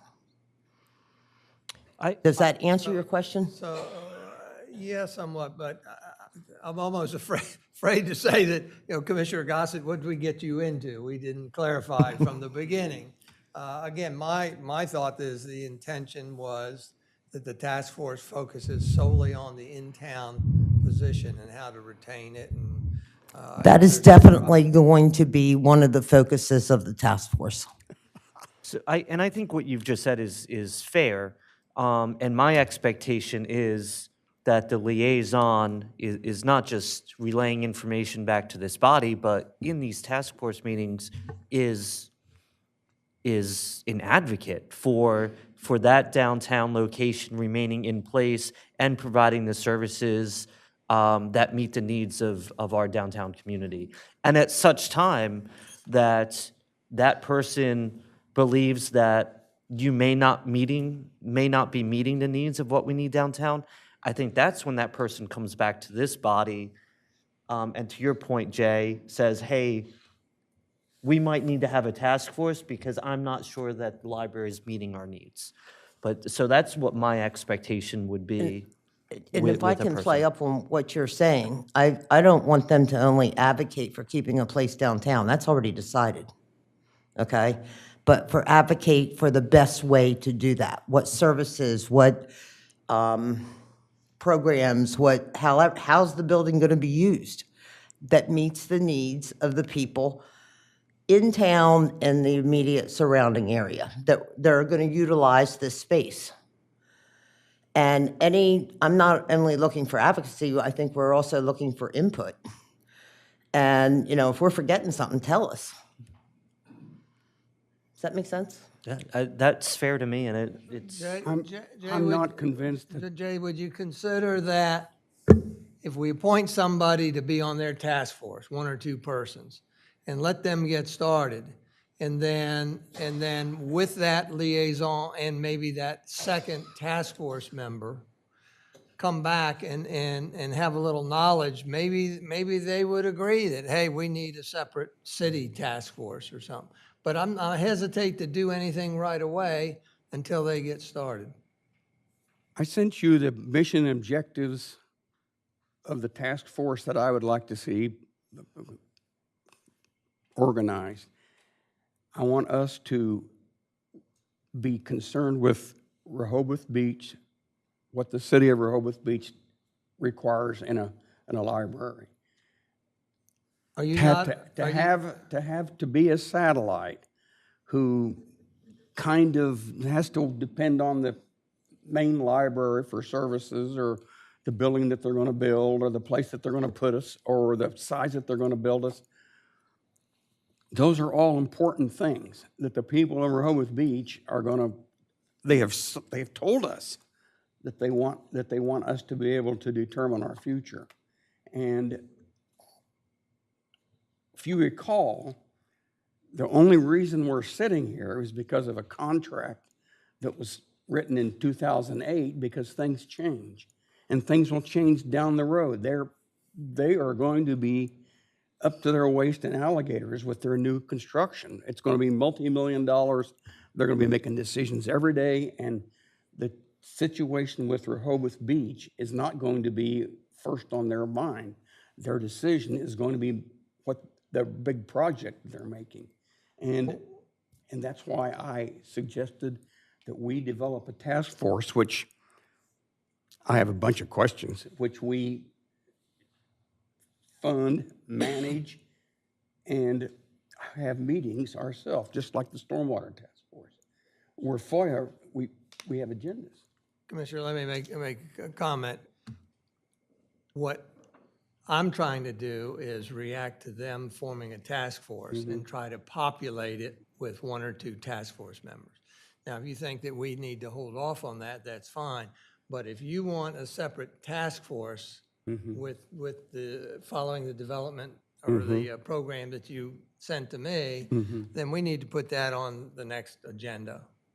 Oh, that's up to you, but Because it's not, Yeah, it's beyond this conversation. yeah, it's up to you. So do we want to put somebody in as a task force member? Commissioner Sharp, go ahead. I just want to say that at the moment, we have nothing. And what I hear from the library, as well as their slide, is that their concept of putting a task force together that has a number of cities and entities and so forth has to get up and running ASAP. We are not particularly nimble if we have to wait for additional meetings and so forth. But if we want to move with great speed, what's convincing me is as the group is put together, the key word that Kay said to me was it then, you can't do either one, I don't think, out of context. So the first thing that happens is everybody is getting a common set of facts so they know what has transpired. And then if indeed there are two subcommittees, one is intent on focusing with an independent view on the city, inside the city of Rehoboth Beach, and the other subcommittee has the broader goal of the potential for a new facility. That, to me, is the fastest way to get something up and running. Because the caveat that I've got is that if the City of Rehoboth Beach subcommittee of the library is not working for us, that's when we step in and say, this isn't working for us, and either it gets fixed within the structure of the total library group, or maybe there's some valid reason that we spin off. But just from the standpoint of quickly, efficiently moving forward, it seems like to me, the fastest way to go is to move in the direction as described and see how it goes. And I agree, and to facilitate that, we should appoint Commissioner Liaison. That's moot, I mean, that Right. should be done, period. And then the second thing, to react to your path forward, is to additionally appoint somebody for the library task force, whether it's one or two. And then again, because I said it earlier, Commissioner Legree, that then at some point we can react to your statement if we need to form our own committee. Well, I think Commissioner Legree's degree of skepticism and focus on the independence that's needed for the needs of the city are very well stated.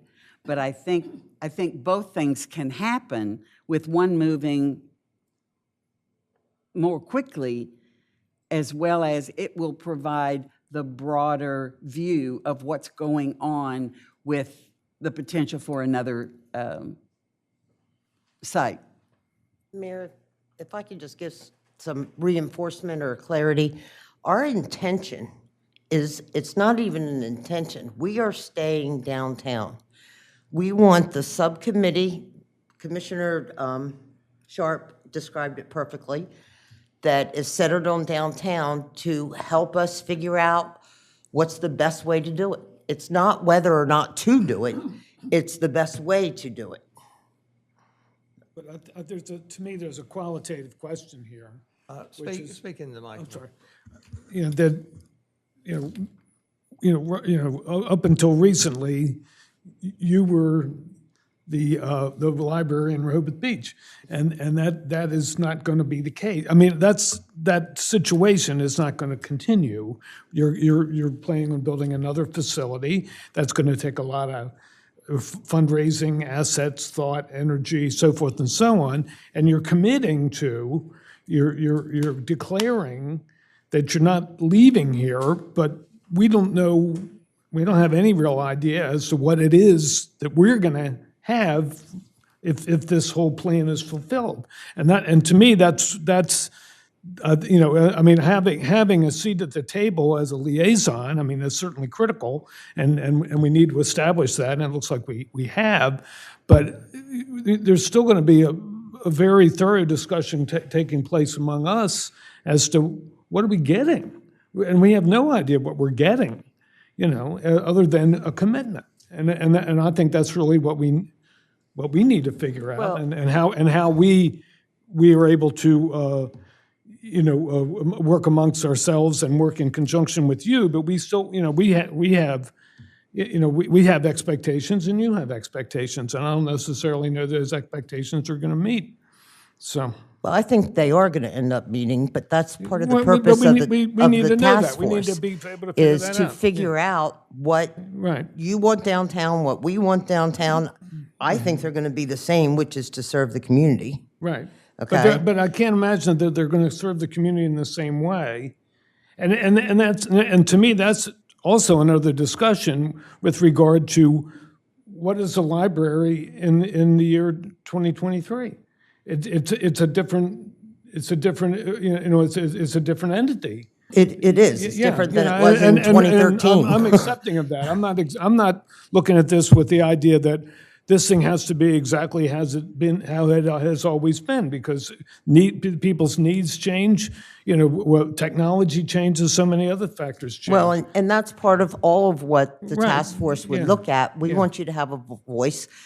We personally believe, and I personally believe, that if we're in partnership on the task force, we're going to end up meeting the objectives of both groups, okay? Which I don't think are that different, okay? They may not be different in terms of what you consider your what's the word? I can't. Your aspirations, but we're serving different masters. We are the board for the city, and you're the board for the library organization, and so there is a difference, and hopefully we can. But to me, and I don't want to get into too much of a debate Right, here, right. but our master for both of us are our patrons, our constituents. And that's the same. But I understand that. The thing is, to me, this sort of reminds me very much of the whole issue about selling the wastewater treatment plant. We are becoming a customer. It's not going to be quite the same a relationship. If we were the only customer, we'd feel fine about that. But we're not going to be the only customer. So that needs to be we need to be able to resolve that and make that I'd work. like to get back on track. Okay, I'm sorry. Because I think that's all. Your conversation is great, but I think that's what's appropriate inside the Task force. The task force meeting. Right. What I'd like to do is resolve this by see if we can get a motion to. There's a motion and a second on the floor. Have we? There's a motion and a second to appoint Commissioner Gossett as the liaison and task force member. All right, and then we went into discussion, and that's where we. Yeah. So we've got a motion and a second. We can finish discussion if you want. Okay. Aspirations are great, but when you run out of money, aspirations turn in a moment. We've had a history of no communication, and now they have a huge project ahead of them. They're going to need all the help they can get, and for us to be a subcommittee of this project going forward doesn't make sense. I wish Mayor Cooper was here to give his two thoughts. But thank we need a task force of our own, and we need it now, and we need for it to have the mission and objectives that I described in my letter to you, and we need to get on with it right now and work with the library, the main library, out on Warrington Road. Well, we have a motion on the floor in a second, so we're going to call the question in a minute. But what I'd suggest that you do is contact me and say you want that on the April workshop agenda. I would probably disagree that it's too early for that, but consider doing that. May I answer you? The quicker we can act, the better it will be for the library. They're having to make decisions Commissioner, right the now. quickest we can act is to put something on the workshop, April workshop, and then vote on something at the April regular. That's the quickest we can do without doing special meetings. So let's take a vote and see whether this even gels or not.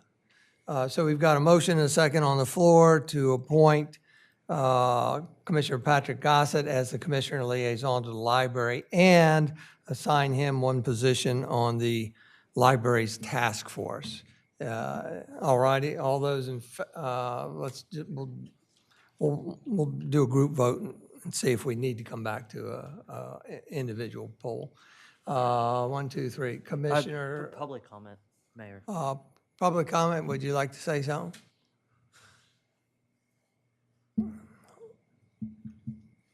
Good afternoon, Walter Birmingham, 123 Henlopen Avenue. Kind of like the tree thing, but we have an unusual situation.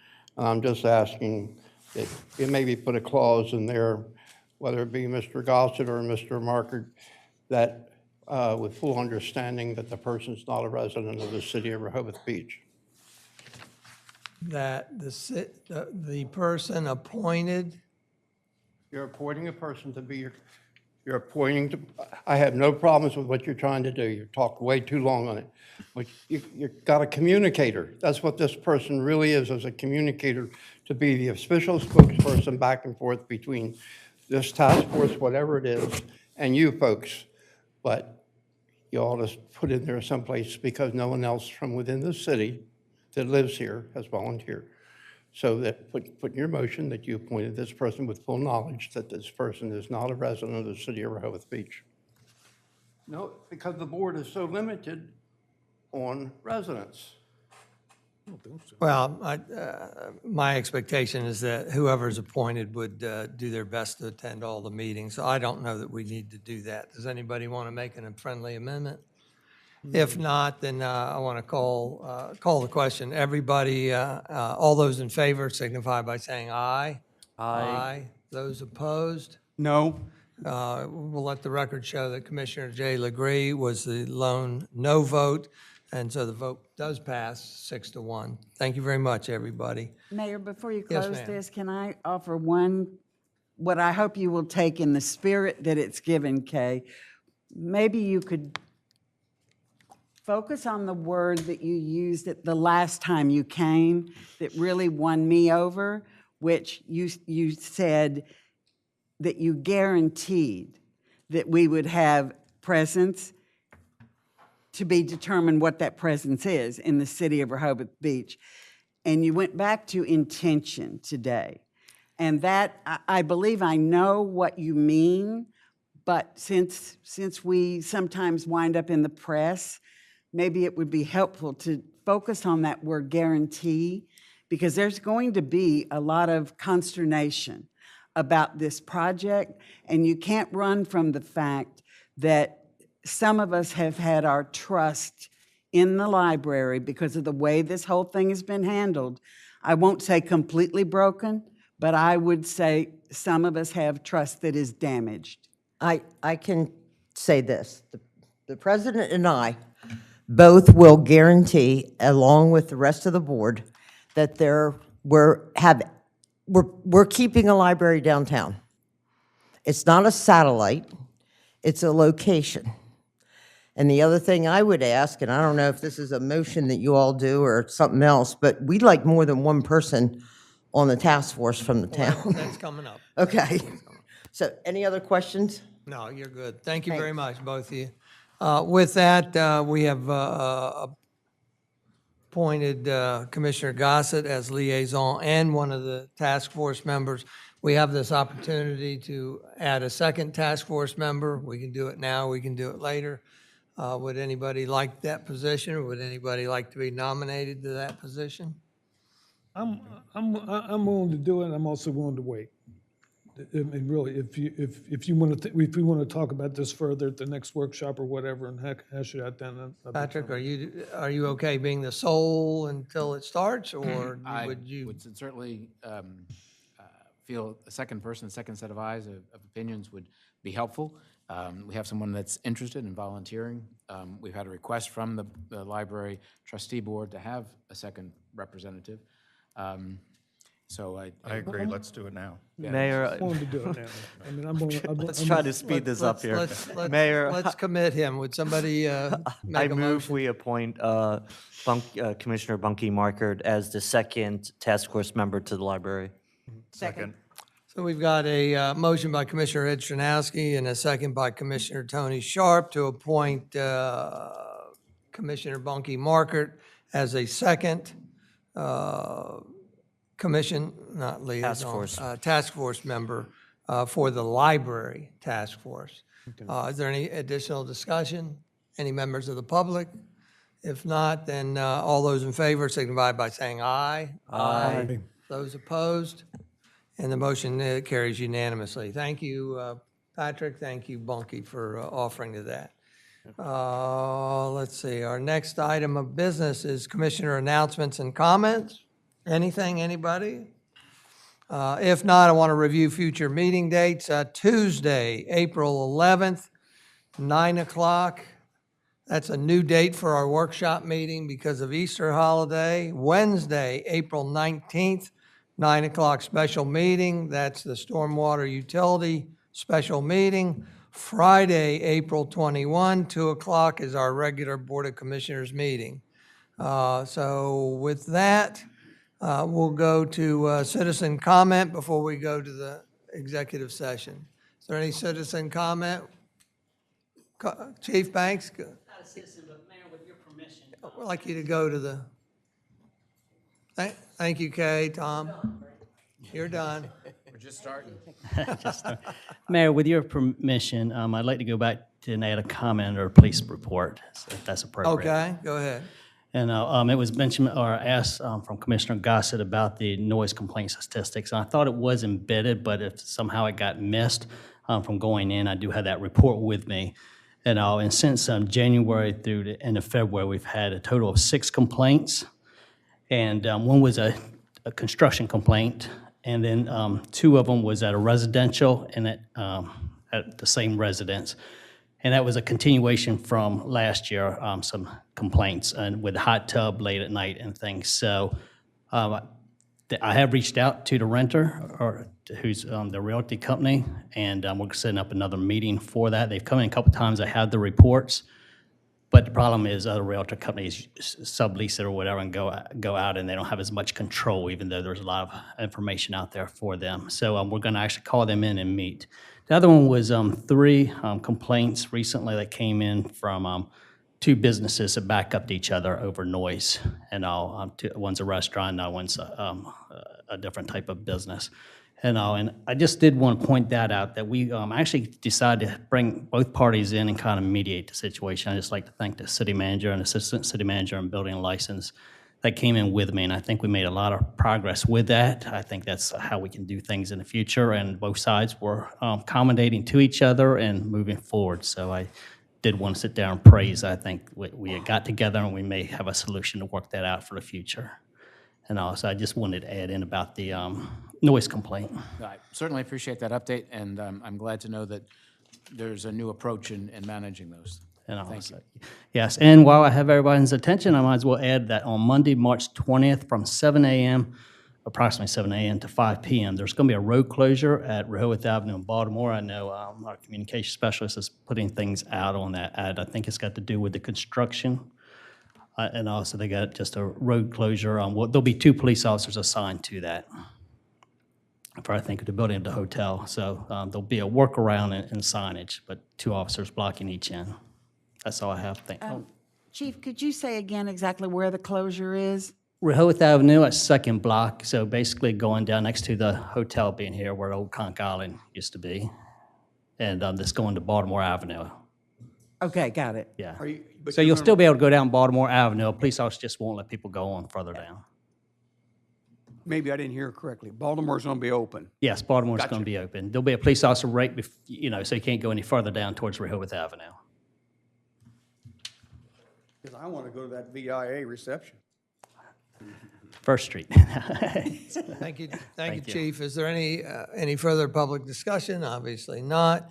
With that, we'll go to the next item of business, which is executive session for the purposes of discussing personnel matters in which the names, competency, and abilities of individual employees are discussed, as well as permitted by 29 Del C Section 10,005B9 of the Freedom of Information Act, plus receiving legal advice and opinion from the city solicitor regarding pending litigation as permitted by 29 Del C Section 10,004B4, and discussing the sale or lease of property as permitted by 29 Del C Section 10,004B2. With that, I Mayor, would I- entertain a motion. I move we enter into executive session for the purposes you just mentioned. So we have a motion by Commissioner Ed Stranowski and a second. Do I need to, you want me to read all that? And a second by Commissioner Tony Sharp to enter into executive session for the purposes noted in the agenda and articulated a minute ago. Is there any discussion? If not, all those in favor of going into executive session signify by saying aye. Aye. Those opposed? And unanimously, we have voted to go into executive session. Just for those that might be watching, we take no action inside the executive session. The duration of the executive session is unknown, but we will be coming back into public session if we were, regardless, but especially if we were to take any actions. And that's all. So we are now in executive session. We'll be going to the caucus room. Can we just do it here and lock the door?